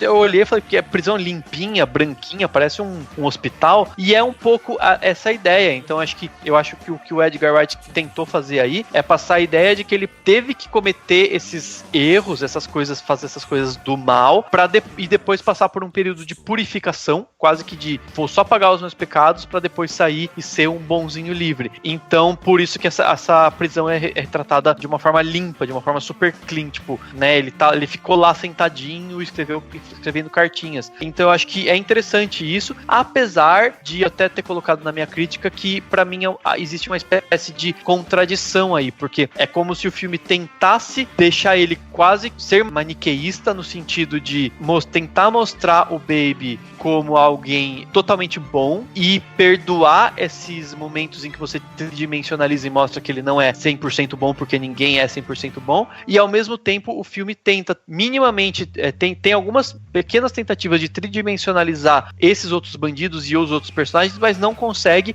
e deixa eles um pouco rasos, né, bastante rasos, assim, nesse sentido. Então eu acho que parece que o filme tá, assim, pedindo perdão por deixar eles rasos e tentando aprofundar o Baby, pra depois, na verdade, ser maniqueísta de qualquer maneira, porque o Baby, ele é um santo, entendeu? Ele tá sendo retratado com essa santidade. Aí não sei se vocês concordam, se eu viajei demais. Eu não achei muito que estavam tentando dar essa visão. O que eu achei bem legal foi a hora que ele tá preso e mostra o julgamento, as testemunhas falando, tipo, a favor dele, né? É atenuada a pena até. Aí o que é? Durante o filme a gente vê o contato dele com elas. Então, primeiro é aquela moça do banco, tipo, ele fica, né, fazendo pra cabeça pra ela não entrar. Depois aquela senhora, tipo, ele rouba o carro dela, ele precisa do carro, ele rouba. Daí ele pega a bolsa e joga e, tipo, manda um I'm sorry ainda. E vaza. Então, esses detalhezinhos eu achei muito legal eles levarem em consideração, né? Tá no roteiro depois pro final do filme, pra mostrar que isso atenuou. Tipo, essas pessoas, elas foram lá e falaram a favor dele. Então, quer dizer, ele era um criminoso. Mas o que é o interessante também do filme? Ele já tinha feito vários trabalhos pro Doc. Mas a partir do momento que a gente começa a acompanhar ele, né, o Baby, nesse ponto da vida dele, é quando ele começa a trabalhar com pessoas mais perigosas. Porque, por exemplo, o personagem do Jamie Foxx, você vê que ele é totalmente louco, que ele tinha matado a pessoa lá do lugar onde eles foram roubar, depois ele mata o parceiro. E a hora que eles estão no carro, Darling começa a conversar com o Buddy, e daí ela tá falando das pessoas que ele esfaqueou. Aí, tipo, o Baby, ele vê, ele não é só um ladrão, ele também é um assassino. É por isso assim, que você vê que antes ele não lidava com pessoas assassinas, que eram praticamente, entre aspas, né, só ladrões. Aí que ele vê, tipo, é o limite que ele não quer ultrapassar, né? Ele, tipo, ele só mata porque ele vai morrer. Mas antes, assim, você vê até o caráter dele, né? He had an accident when he was a kid. Still has a hum in the drum. Plays music to drown it out. And that's what makes him the best. Whoa, whoa, whoa, whoa, whoa! Was he slow? No. Good kid. Devil behind the wheel. Was he slow? Retarded means slow. Was he slow? O Dani comentou, né, sobre esse negócio de tentar santificar, de alguma forma o Edgar Wright tentar santificar, né, o Baby e tal, mas eu acho que na verdade ele faz uma brincadeira de dualidade mesmo, sabe? É justamente porque como ele tenta trazer esse aspecto, vamos dizer, inocente do Baby, ao mesmo tempo ele também conta todo esse passado dele, né? A própria forma como o Doc fala dele e tal, ele era um carro, roubou meu carro, fui atrás dele, não sei o que, ele já fez vários trabalhos e tal. Então eu fico mais com essa linha que o Henrique falou, assim, dele ser um cara de que ele tá vivendo agora um momento muito mais violento, mas a brincadeira que é feita no filme é justamente de meio que, você decide o que esse cara é, se esse cara é santo ou se esse cara não é santo e tal. Porque no final das contas a gente tá falando de um bandido, de um cara que rouba, que o cara que continua fazendo os assaltos, que foi lá e se livrou do carro que tinha o corpo do outro cara lá. Então, assim, a gente tá vivendo a pele desse bandido. E aí ele tem nuances de um cara que é santificado e tal. Então ele pode ir por um caminho melhor, ele até tenta ir, né, e o filme brinca com isso também, quando faz com que ele vira entregador de pizza e tal. Então o filme fala assim, do tipo, olha, ele tem esse caráter dele que é voltado pra essa bandidagem, mas se ele quiser, ele muda isso, sabe? Ele tem todos os elementos pra mudar essa realidade dele. E aí eu acho que essa brincadeira que o Edgar Wright faz, ele meio que brinca com essa dualidade do personagem, entendeu? Não, pode ser sim, eu acho acho que são interpretações possíveis, assim, acho que não é nada, não é pra estar claro, né? Não é pra ficar, tipo, super certo. Mas eu, pensando sobre o filme, principalmente quando eu escrevi a crítica, eu pensei nisso, assim, falei, ele tá meio que sempre mostrando o Baby como um herói mesmo. E não é pode até ser mais uma dessas referências, Rafa, já que você lembrou tanto de filmes dos anos 80, dos filmes de ação dos anos 80, pode ser até uma referência nesse sentido, do tipo, os filmes de ação dos anos 80 eram bem maniqueístas, né? Tinha aqueles vilões que eram vilões e tal. E hoje em dia a gente tende a não aceitar isso. A gente tende a querer, o cinema hoje talvez peça por personagens bem mais tridimensionais, né? Bem mais desenvolvidos, talvez. E talvez até como, viajando aqui, como uma herança das séries de TV, que, né, a gente entrou na era de ouro da série de TV. A série de TV tem esse tempo de se aprofundar tanto. Talvez a gente queira isso também do cinema. E aí talvez o Edgar Wright esteja brincando com isso, esteja fazendo essa referência do tipo assim, olha, até um tempo atrás era tudo meio maniqueísta mesmo, então vamos tentar voltar, apesar de que não dá pra tentar voltar totalmente, porque nunca se volta no tempo, né? Então vou te falar que tem momentos no filme, porque assim, quando eu saí do cinema, né, a sensação que eu tive foi de que eu tinha visto um Taxi Driver moderno, sabe, assim? Eu saí com essa sensação, porque assim, o personagem lá do De Niro é justamente isso, né? É um cara quieto, é um cara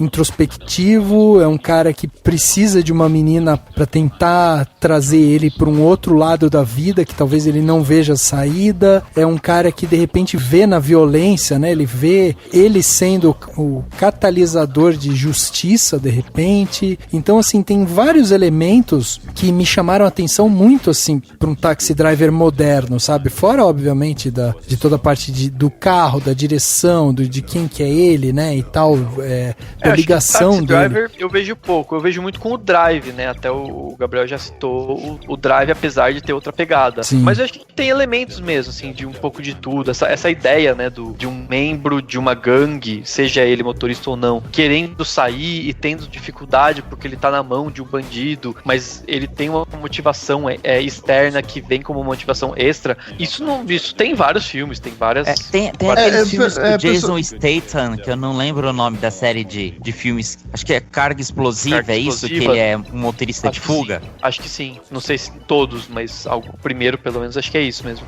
Tipo, ele é contratado pra levar a pessoa do ponto A pro ponto B, não importa o como, né? Sim, sim.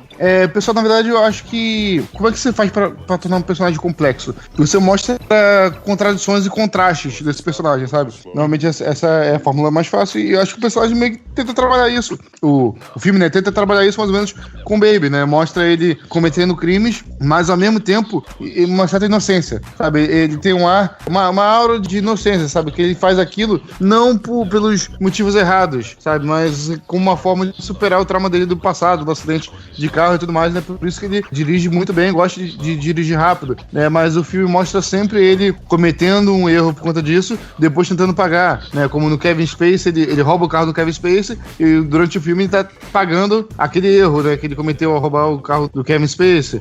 Depois, enfim, ele é preso depois de cometer os crimes que ele comete. E aí, se você parar pra pensar, 2 filmes que o filme cita, né? Claramente, né? Não só referência como cita. O Bons Companheiros, né? Que tem a pizzaria lá dos Bons Companheiros, e o Monstro da S.A., né? Que ele brinca também, né? E aí já mostra justamente esse contraste, sabe? Assim, um é um filme de máfia pesado pra caramba, tal, né? De amigos, né? Mafiosos, amigos bandidos, né? Que seria ele e o seu grupo de amigos bandidos. E o outro é um grupo outra é uma animação leve, né? Relativamente leve da Pixar, e que mostra que os monstros não são monstros de verdade. E os 2 filmes têm essa ideia de um grupo de seres do mal, de seres que não, né? Ou num lado mafioso e no outro lado é monstro. E dentro desses grupos tem alguém que tem uma luz, tem alguém que não tá totalmente contaminado por isso, né? Tipo, o monstro que não quer mais assustar a criança e o mafioso que não quer mais ser mafioso e quer tentar acabar com isso, né? Sim, na verdade são 2 filmes de desconstrução de gênero, né? Um filme de desconstrução do bandido mafioso, né? E o outro filme é um filme de desconstrução do monstro, né? Propriamente dito.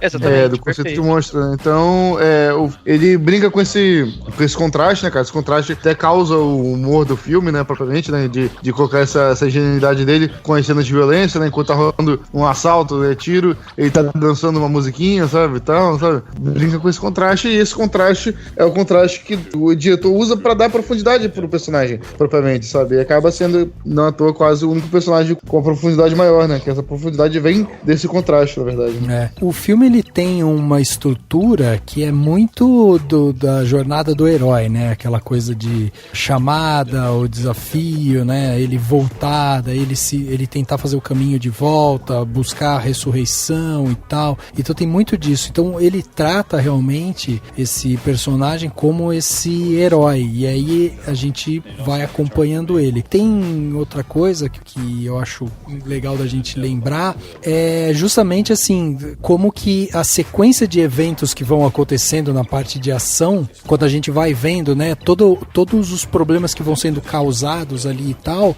a gente vai vendo que ele precisa criar soluções rápidas. E daí, quando a gente vê ele também agindo fora do carro, a gente começa a perceber que o Baby, ele funciona muito bem dentro do carro, mas ele também consegue ser um improvisador de ações rápidas e tal, fora do carro. Então, a gente percebe que a personalidade dele se estende não só pro jeito como ele dirige, mas como ele age também, né? O cara que é metódico nos seus pensamentos, como ele consegue fazer todos os movimentos pensados e tal. E o filme te mostra um pouco, quase sempre, como se ele tivesse, assim, um passo à frente dos outros, né? Ele tá sempre pensando, ele já tem uma solução meio pronta e tal, e aí eu volto para aquilo que eu tava falando, como a câmera, ela acaba meio que te traduzindo isso sem precisar falar, porque daí todos os cortes rápidos, eles acabam agindo quase que como construindo o raciocínio dele,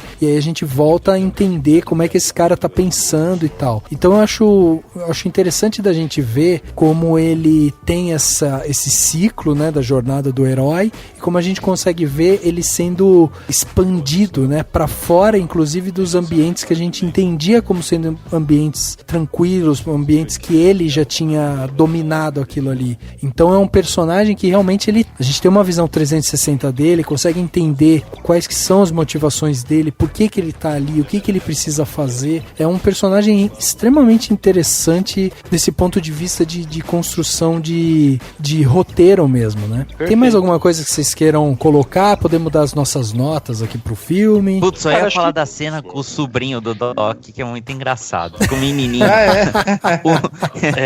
Que com certeza ficou com o trabalho do tio, né? Ele herdou já os negócios com 8 anos de idade.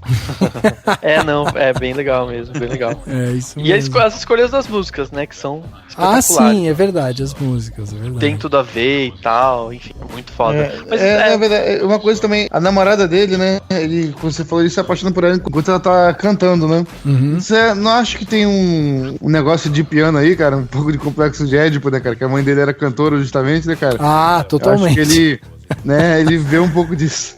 Pô, não à toa se apaixona por ela no bar que a menina trabalha, que era o bar que a mãe trabalhava. Que a mãe dele trabalhava, né, cara? Exatamente. Então, assim, Freud explica. É uma parada muito de piano mesmo, né? E agora ele dirige o carro como o pai dele dirigiu na época do acidente, né? Com a mulher, né, dele, que é a cópia da mãe, né? Ele tomou o trono do pai totalmente, né, cara? Exato. Faz todo sentido mesmo. Muito interessante. Doc said Michael Myers. This is Mike Myers. It should be the Halloween mask. This is a Halloween mask. No, the killer dude from Halloween. Oh, you mean Jason? No!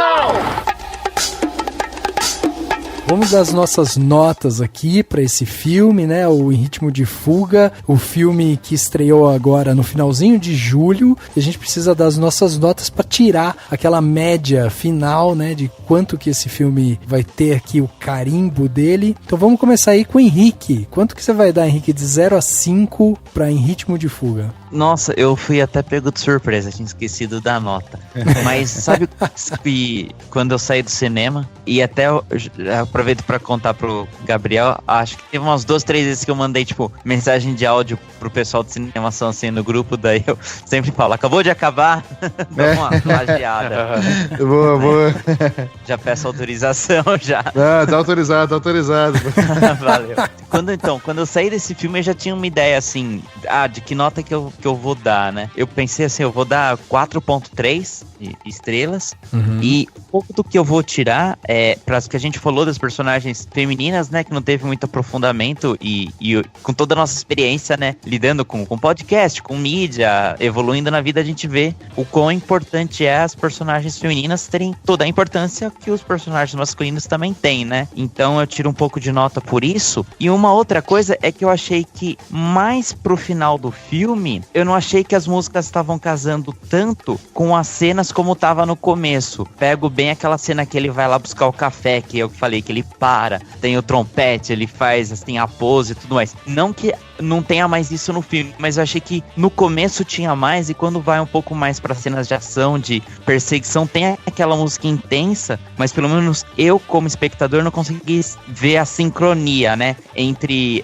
a cena e as músicas. Então eu achei que deu apesar do ritmo estar intenso, eu achei que a sintonia que eu tava com o filme, ela deu uma diminuída mais pro final. Então, mas de qualquer forma, de 5 eu dou 4.3, tá uma nota bem alta, né? É um filme indispensável. E espero que tenham uma parte 2 aí, como já estão dizendo aí em entrevista. O Edgar Wright já disse aí que umas 2, 3 que, estamos pensando, não sei o que, se o Baby vai voltar. Já estão pensando nisso. Eu espero também que não tenha, viu? Eu sou meio desse pensamento do Dani, assim, tipo, já tá bom, não tem. Não tá ótimo. Porque, sabe qual que é a sensação que dá? Que é aquele filme que os caras, tipo, a gente chamou Jimmy Fox, chamou Kevin Spacey e tal, aí daqui a pouco eles vão, tipo, chamar outros 2 grandes atores, sabe? E aí vão criar mais ou menos a mesma fórmula, e aí você perde também um pouco daquele elemento da surpresa. E não, e esse filme terminou com fim, tipo, o Baby ficou, tipo, não é, sabe, assim... saiu dessa vez. Mas eu já pensei na continuação. O personagem do John Bernthal procurando ele pra ajudar em alguma missão. Fiquem tranquilos que eu já mandei e-mail pro Edgar Wright, já dei minha ideia de uma continuação do filme já. Tá certo. Gabriel, vamos pra sua nota de 0 a 5, quanto que você vai dar pra Em Ritmo de Fuga? Eu vou dar 4.5. 4.5, olha aí. 4.5 é a nota boa, realmente ali. O filme tem um ritmo excelente. Um dos melhores filmes de ação do ano aí, provavelmente, né? Já adianta aí, o ano tá não acabou ainda, mas pô, se tiver, né? Eu até falei isso no canal, né? Se tiver 10 filmes melhores que esse no ano, pô, vai ser um ano excepcional pro cinema, né, cara? Então, é um filme que tem tudo pra estar aí entre os 10 melhores do ano. E realmente ele tem algum outro ponto ali do roteiro que a gente gostaria que tivesse um aprofundamento melhor, né? Tal, mas de repente foi a escolha realmente do diretor pra valorizar o ritmo do filme, né, cara? E fazer filme é isso, realmente, né, cara? Um quebra-cabeça, né? Você ganha de um lado e perde do outro, né, cara? E, né, quando você valoriza algo, você acaba desvalorizando um pouco o outro. Nesse caso aí, ele de repente não quis desenvolver tanto alguns personagens para valorizar o ritmo, né? Com isso, esses personagens ficaram um pouco mais rasos, né? Principalmente a namorada dele. Sim. Né? Exato, e a história do filme em si, né, cara? Se parar pra pensar, é uma história, o roteiro em si, né, o arco do filme, é um arco bem clichê, bem genérico, bem previsível, na verdade, só que ainda assim o roteiro ele é interessante nos diálogos e na construção dos personagens, não necessariamente na trama, né, cara, que é uma trama simples. E o filme, esqueci de falar também, cara, o filme, de vez em quando ele força algumas coincidências pro roteiro adiante, sabe? Por exemplo, eles pararem naquele restaurante da menina, sabe? Onde tá a menina, sabe? Pô, a cidade inteira... Aquele momento ali me incomodou um pouco, sabe? Pareceu um recurso bem preguiçoso de roteiro, sabe? Pra fazer a trama ir à frente, né? Eles precisavam que os outros personagens da gangue conhecessem a menina, né? Mas como é que ia fazer isso? E aí, pô, eles tiveram a ideia de escolher aquele bar pra parar, sabe? Assim, pareceu uma coincidência um pouco forçada, né? Então, 4,5, 4.5. Legal. Aliás, essa cena que você falou, Gabriel, é legal da gente pensar realmente que essa é uma cena muito mais de exposição do personagem do Jamie Foxx do que dele mesmo, né? Que tá ali, que tá tentando disfarçar que conhece a menina e tal. Porque se você for parar pra pensar na sequência de eventos, você vai ver que ele já tava muito enroscado com os caras, porque ele tava tentando fugir às 2h da manhã, porque ele tinha uma série de fitas que ele tinha gravado, tudo isso já tava muito bem justificado, né? O roteiro já tinha justificado, então realmente não precisava ter essa cena do mas você falou que não conhecia ela, do bar que a gente foi e tal, inclusive porque o Doc já tinha visto ela também no restaurante, então assim, já tinha, né, todas as justificativas, e essa cena do restaurante realmente acaba sendo meio que um recurso preguiçoso mesmo, eu concordo com porque eu falei que eu dei 4,5 e falei só defeito, né? Mas, porra, cara, é um filmaço, é um filme que tem um ritmo excelente. Excelente. Pô, uma aula de ação, de fazer, como fazer filme de ação com movimentação de carro. É um filme contemporâneo, né, de ação. Edição e mixagem de som, cara, também é um filme que tem grande potencial pra estar disputando premiação nessas categorias, inclusive. E as atuações, cara, todos os atores foram ajudados, obviamente, pelos diálogos, né? As linhas de diálogos são linhas boas de diálogo, né, cara? E com elas, eles conseguiram... Você vê que teve um trabalho de ator também, sabe? Um trabalho, assim... Eu acho que não tem a profundidade dos personagens, assim, que a gente não saiba o passado dos personagens e tal. Os atores sabem o passado dos personagens, sabe? Os atores se aprofundaram nesse trabalho e a gente consegue sentir nas expressões deles, né? Na hora, enquanto eles falam as linhas de diálogo, né? A gente consegue acreditar que aqueles personagens são reais, mesmo dentro do absurdo deles, né, cara? Outra coisa interessante também que ia passar batida, eu esqueci de falar aqui. Tô falando um monte de coisa aqui, né? Na nota, né? Porque eu esqueci de falar. É interessante, cara, que Bates, né? Que é o personagem do Jamie Foxx, é morcego, né? Em inglês, né? Tem até uns morcegos tatuados no pescoço. O morcego é um animal que é cego, né, cara? Ele tem mas tem uma adição absurdamente boa, né? E é interessante colocar esse personagem como um personagem de contraponto ao Baby, né? Como um personagem que rivaliza com o Baby, né? Enquanto o Baby, ele é só olhos, né? Digamos assim, mas não enxerga também, né? Ele tá sempre com música no ouvido, não tá ouvindo muito o que tá ao seu redor, né? O vilão, né? O antagonista dele é o contrário, é o morcego, né? Alguém que é cego, né? Não enxerga um palmo à frente, mas ouve bem, né? Teoricamente, é o animal, sim, né? Sim. Mas tá sempre atento, né? O beijo tá sempre atento. Não, perfeito. E tem também, e acho que o filme é bem pensado com os nomes, né? Tipo, o próprio Baby, né? Tipo, a ideia de ele ser ainda o bebê que ele era e tal. E aí, no fim das contas, até a Débora comenta que o nome dele, descobre que o nome dele é Miles. Sim. Então, e que faz todo sentido, porque Miles seria, tipo, milhas, né? Que seria aquilo para o qual ele nasceu. No fim das contas, ele se torna aquilo para o qual ele nasceu, que é pra viajar, né? Assim, tipo, pegar o carro mesmo e sair por aí e tal, ser uma pessoa livre, e não como ele era preso, apesar de que ele já dirigia. Aí depois o Henrique que tem que explicar como é que faz pra sair viajando pelo país de carro se você tá incondicional, né? Mas tudo bem.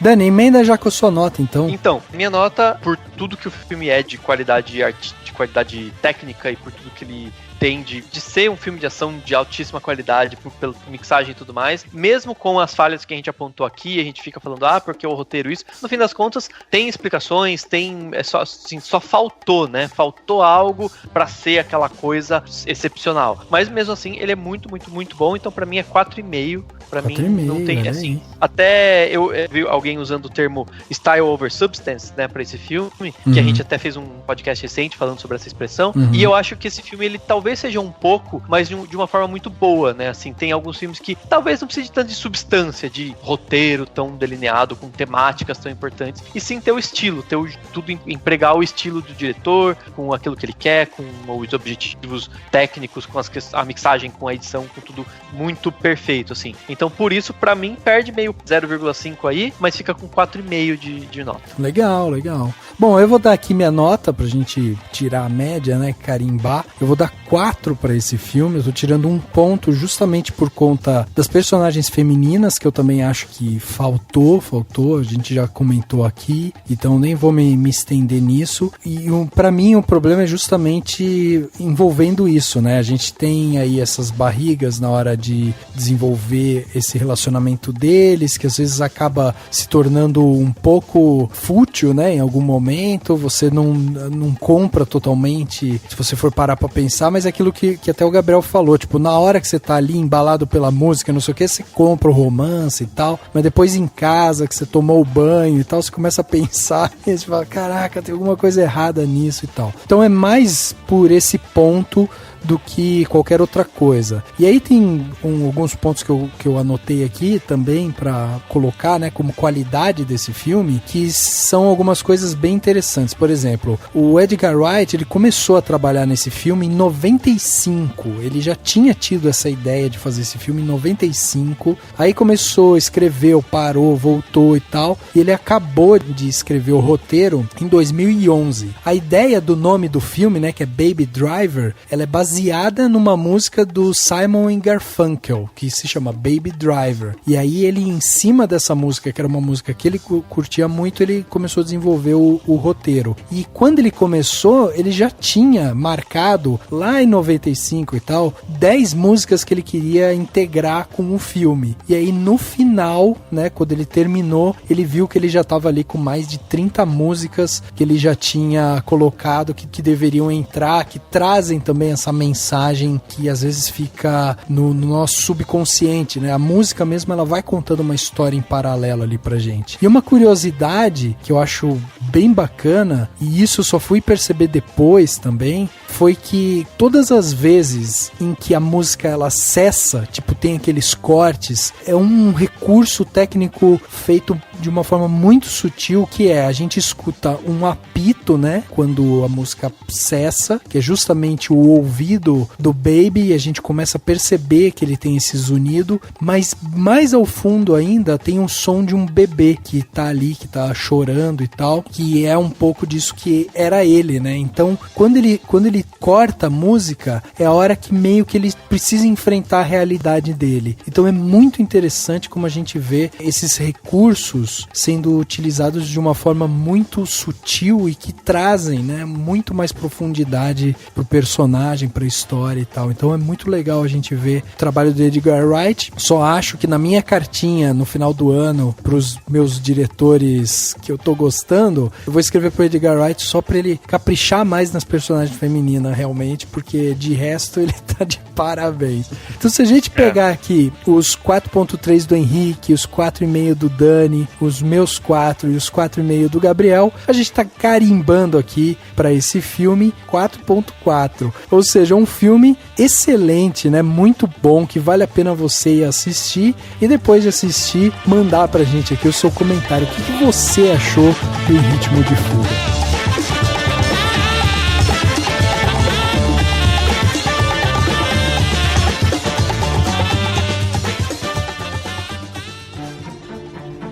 Dicas para a sua semana? No Plano Detalhe.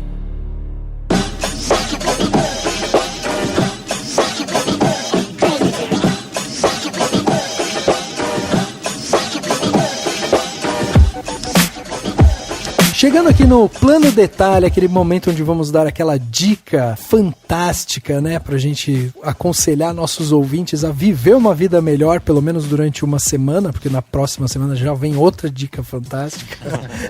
Então vamos começar aqui com o nosso convidado, né, o Gabriel tem uma dica que com certeza vai fazer as pessoas mudarem completamente de vida, né, Gabriel? Na verdade são duas dicas que tem um pouco a ver com o tema, né, com o Baby Drive. Legal. Uma é bem boba, na verdade, e outra é óbvia. Então,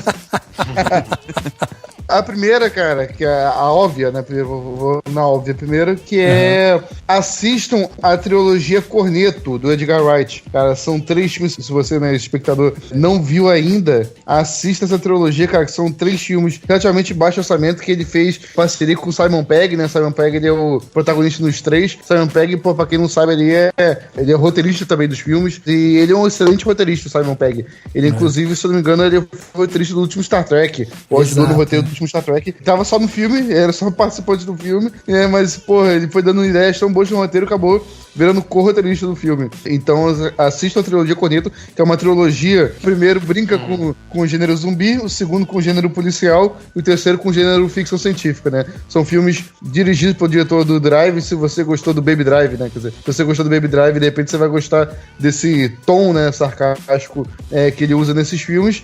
E o nome é conhecido como trilogia Corneto, porque a única coisa que esses filmes têm em comum é que, eventualmente, nesses filmes, o protagonista come um corneto.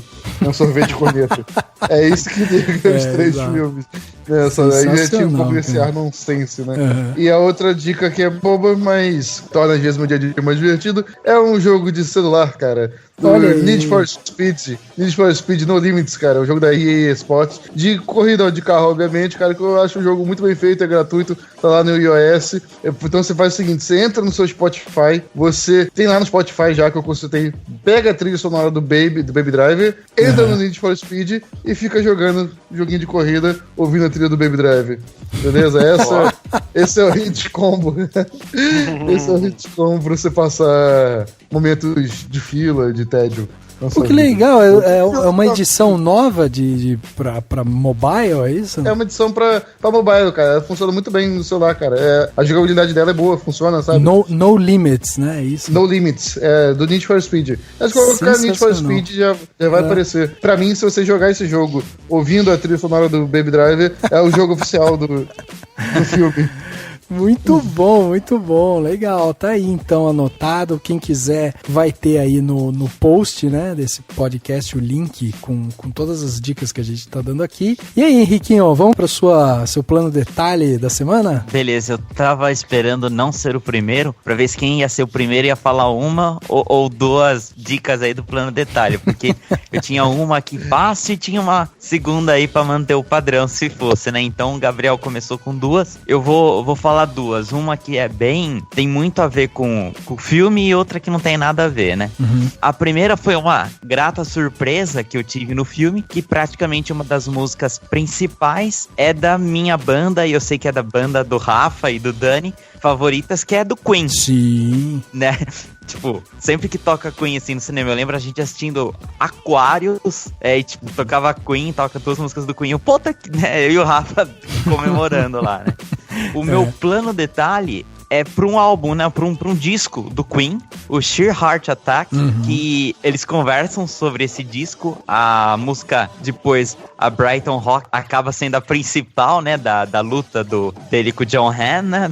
E então eu queria indicar esse álbum. Acho que você encontra no Spotify ou no YouTube, tipo, em qualquer lugar. É o terceiro álbum que o Queen fez, mas foi o primeiro que ele foi, tipo, pro top 20 dos Estados Unidos. É um álbum lá de 1974. Foi assim, o que lançou, que eles falam que é o primeiro single, né? Que é o Killer Queen, tá nesse disco. Sim, exato. E além do Brighton Rock, Killer Queen, tem uma outra música que eu curto muito, que é In the Lap of Gods. Até o Adam Lambert, tipo, dificilmente tocava nos shows essa música, mas o Adam Lambert, ele cantou ela agora no último Rock in Rio que teve 2 anos atrás. Então, o primeiro plano detalhe é musical aí, o álbum chama Sheer Heart Attack. Procurem, que rock and roll, glam rock aí da melhor qualidade. Sensacional, ótima dica. O segundo plano detalhe vai aí pra família dos youtubers, que é um canal do YouTube que eu sigo já há um tempo considerável. Acabou de acabar esse? Acabou de acabar também, mas a gente vai dar excelente canal maior pra falar sobre ele daqui a pouco. Mas é um canal de um cara chamado Danilo, e o canal se chama Tokudoki. Esse canal ele é sobre tokusatsu, ou aqueles séries de super-heróis japonês, tipo Jaspion, Giban, Changeman, que é esse pessoalzinho mais velho de 85, aí da década de 80, que nem a gente. Assistia muito na Rede Manchete. E o Dani traz um monte de informação, tanto desses tokusatsu antigos quanto o dos que tem atualmente, que tem toda a série Power Rangers, que tem outro nome lá no Japão, que ainda existe e tudo mais. Ele traz um monte de informação super legal. Não tem uma periodicidade fixa, mas toda semana, menos algum dia sai um vídeo novo. Eu assisto sempre, tipo, às vezes eu vou relembrar algumas coisas, eu sou meio nerd velho, né, então eu fico vendo as velharias. E eu recomendo pra caramba, cara, chama Tokudoki, muito legal. Legal. Só desculpa interromper isso, né, sugestão. Pô, uma coisa que você falou, a gente meio velho dos anos 80 e tal, né? Não é uma loucura, cara, quando a gente vê Stranger Things, tá ligado? O trailer do Stranger Things, e parece um negócio de época. Miami. O cinema de Epcot, a gente viveu aquela porra, cara.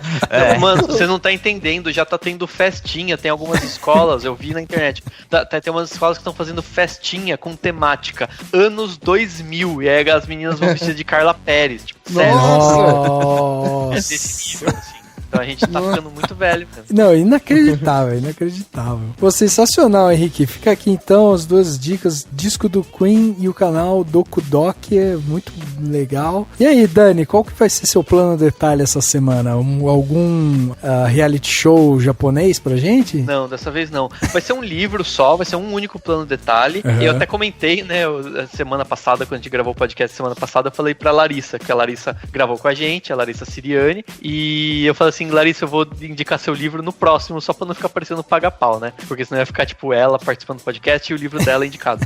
Mas eu li o livro da Larissa Siriani, ela já lançou faz um tempo, e eu queria indicar, porque eu acho que ele é bem necessário, assim, eu gostei muito dele. Então o nome do livro é Amor Plus Size, e ele é um livro young adult, né? Então é aquele livro que tem uma leitura leve, ele é um pouco mais voltado para adolescentes, né? Mas não acho que seja necessariamente só para adolescentes, adultos podem ler e é divertido. Fez até eu voltar um pouco pra minha época de colégio, sabe? Tipo, falando de Enem, né? Fala de provas e tal. Então, lá no famigerado, anos 80, 90.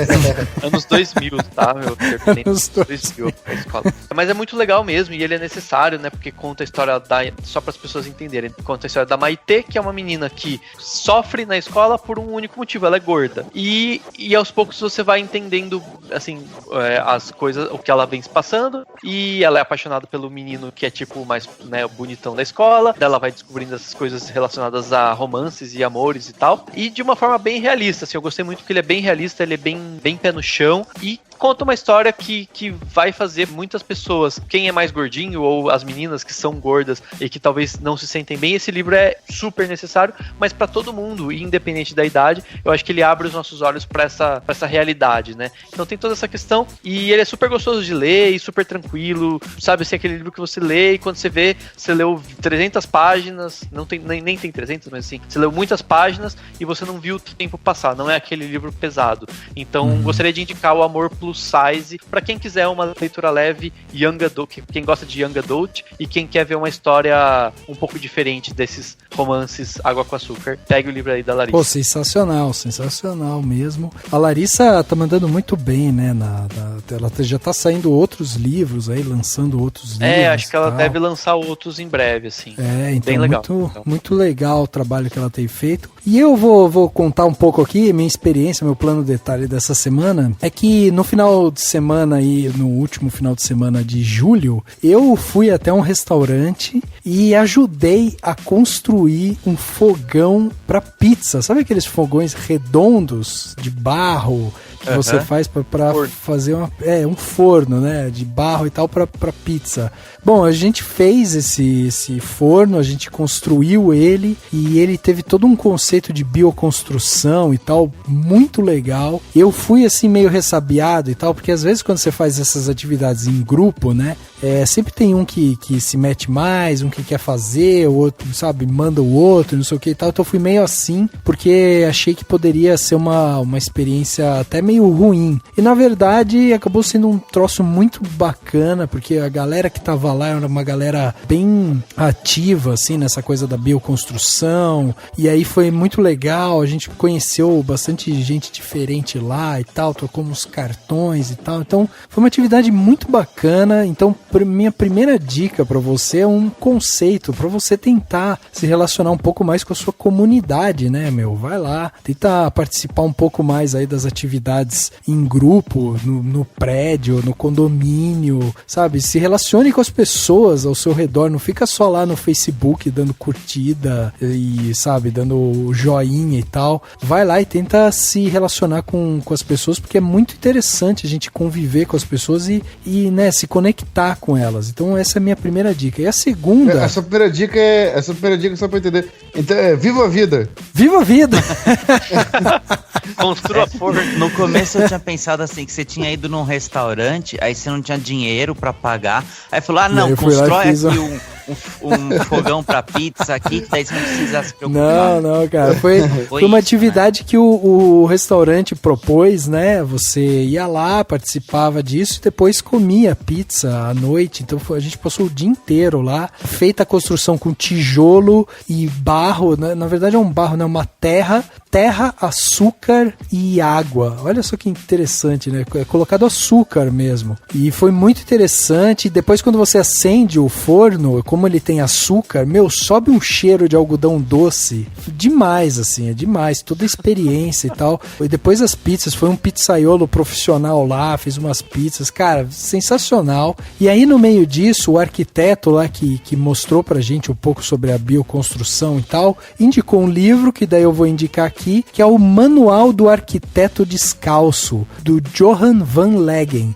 É, na verdade, um manual para quem curte esse tipo de construção. Ele tem lá de tudo, assim, de bioconstrução. Ele tem desde, sabe, ensinar como é que se faz um telhado com folhas, até você criar, sei lá, um galinheiro móvel usando bambu, sabe, umas coisas assim, muito loucas. Então, se você tem interesse em, de repente, fazer mais atividades manuais e você quer melhorar, né, às vezes, alguma coisa dentro da sua casa e tal, fica aqui essa dica do livro, do Manual do Arquiteto Descalço. É muito legal e é um livro meio que tem umas ilustrações, então é fácil, fica fácil de você entender como que é feita as montagens e tal, e tem muita coisa legal para ser feita. Então, minhas dicas são essas: viva a vida e leiam o Manual do Arquiteto Descalço. Pra viver a vida. Pra viver a vida.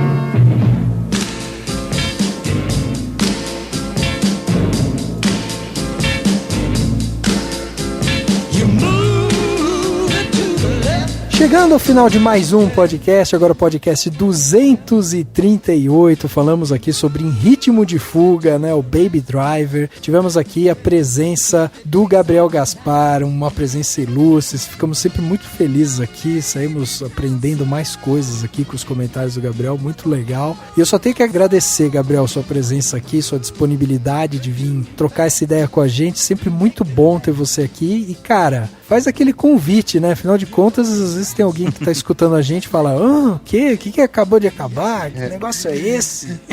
Pô, é sempre um prazer, né, cara, vir aqui. Sempre gostoso falar sobre cinema, né, cara? Então, eu chame, né, se né, minha agenda permitir, cara, né, conciliar aí. Eu falo assim, né, eu fico com medo de parecer snob às vezes, cara, mas é porque é difícil às vezes conseguir. Mas é realmente um prazer mesmo, cara. É realmente um prazer mesmo, né? É realmente um prazer mesmo, cara. Se eu pudesse, putz, eu participava de todos, cara. Mas, legal. Mas é sempre gostoso. E se você não conhece ainda, eu tenho um canal de YouTube chamado Acabou de Acabar, que fala justamente sobre cinema. Você deve ter imaginado já, né, chegando até esse ponto aqui do programa. Fala justamente sobre cinema e tá bem bacana lá, que a gente tá se esforçando muito pra trazer conteúdo quase que diário, pelo menos dia sim, dia não aí, com a rapaziada. Então, vai lá, conheça o canal, né, prestigie. Não vou falar pra você gostar do canal, porque aí depende inteiramente de você, né? Você pode gostar ou não.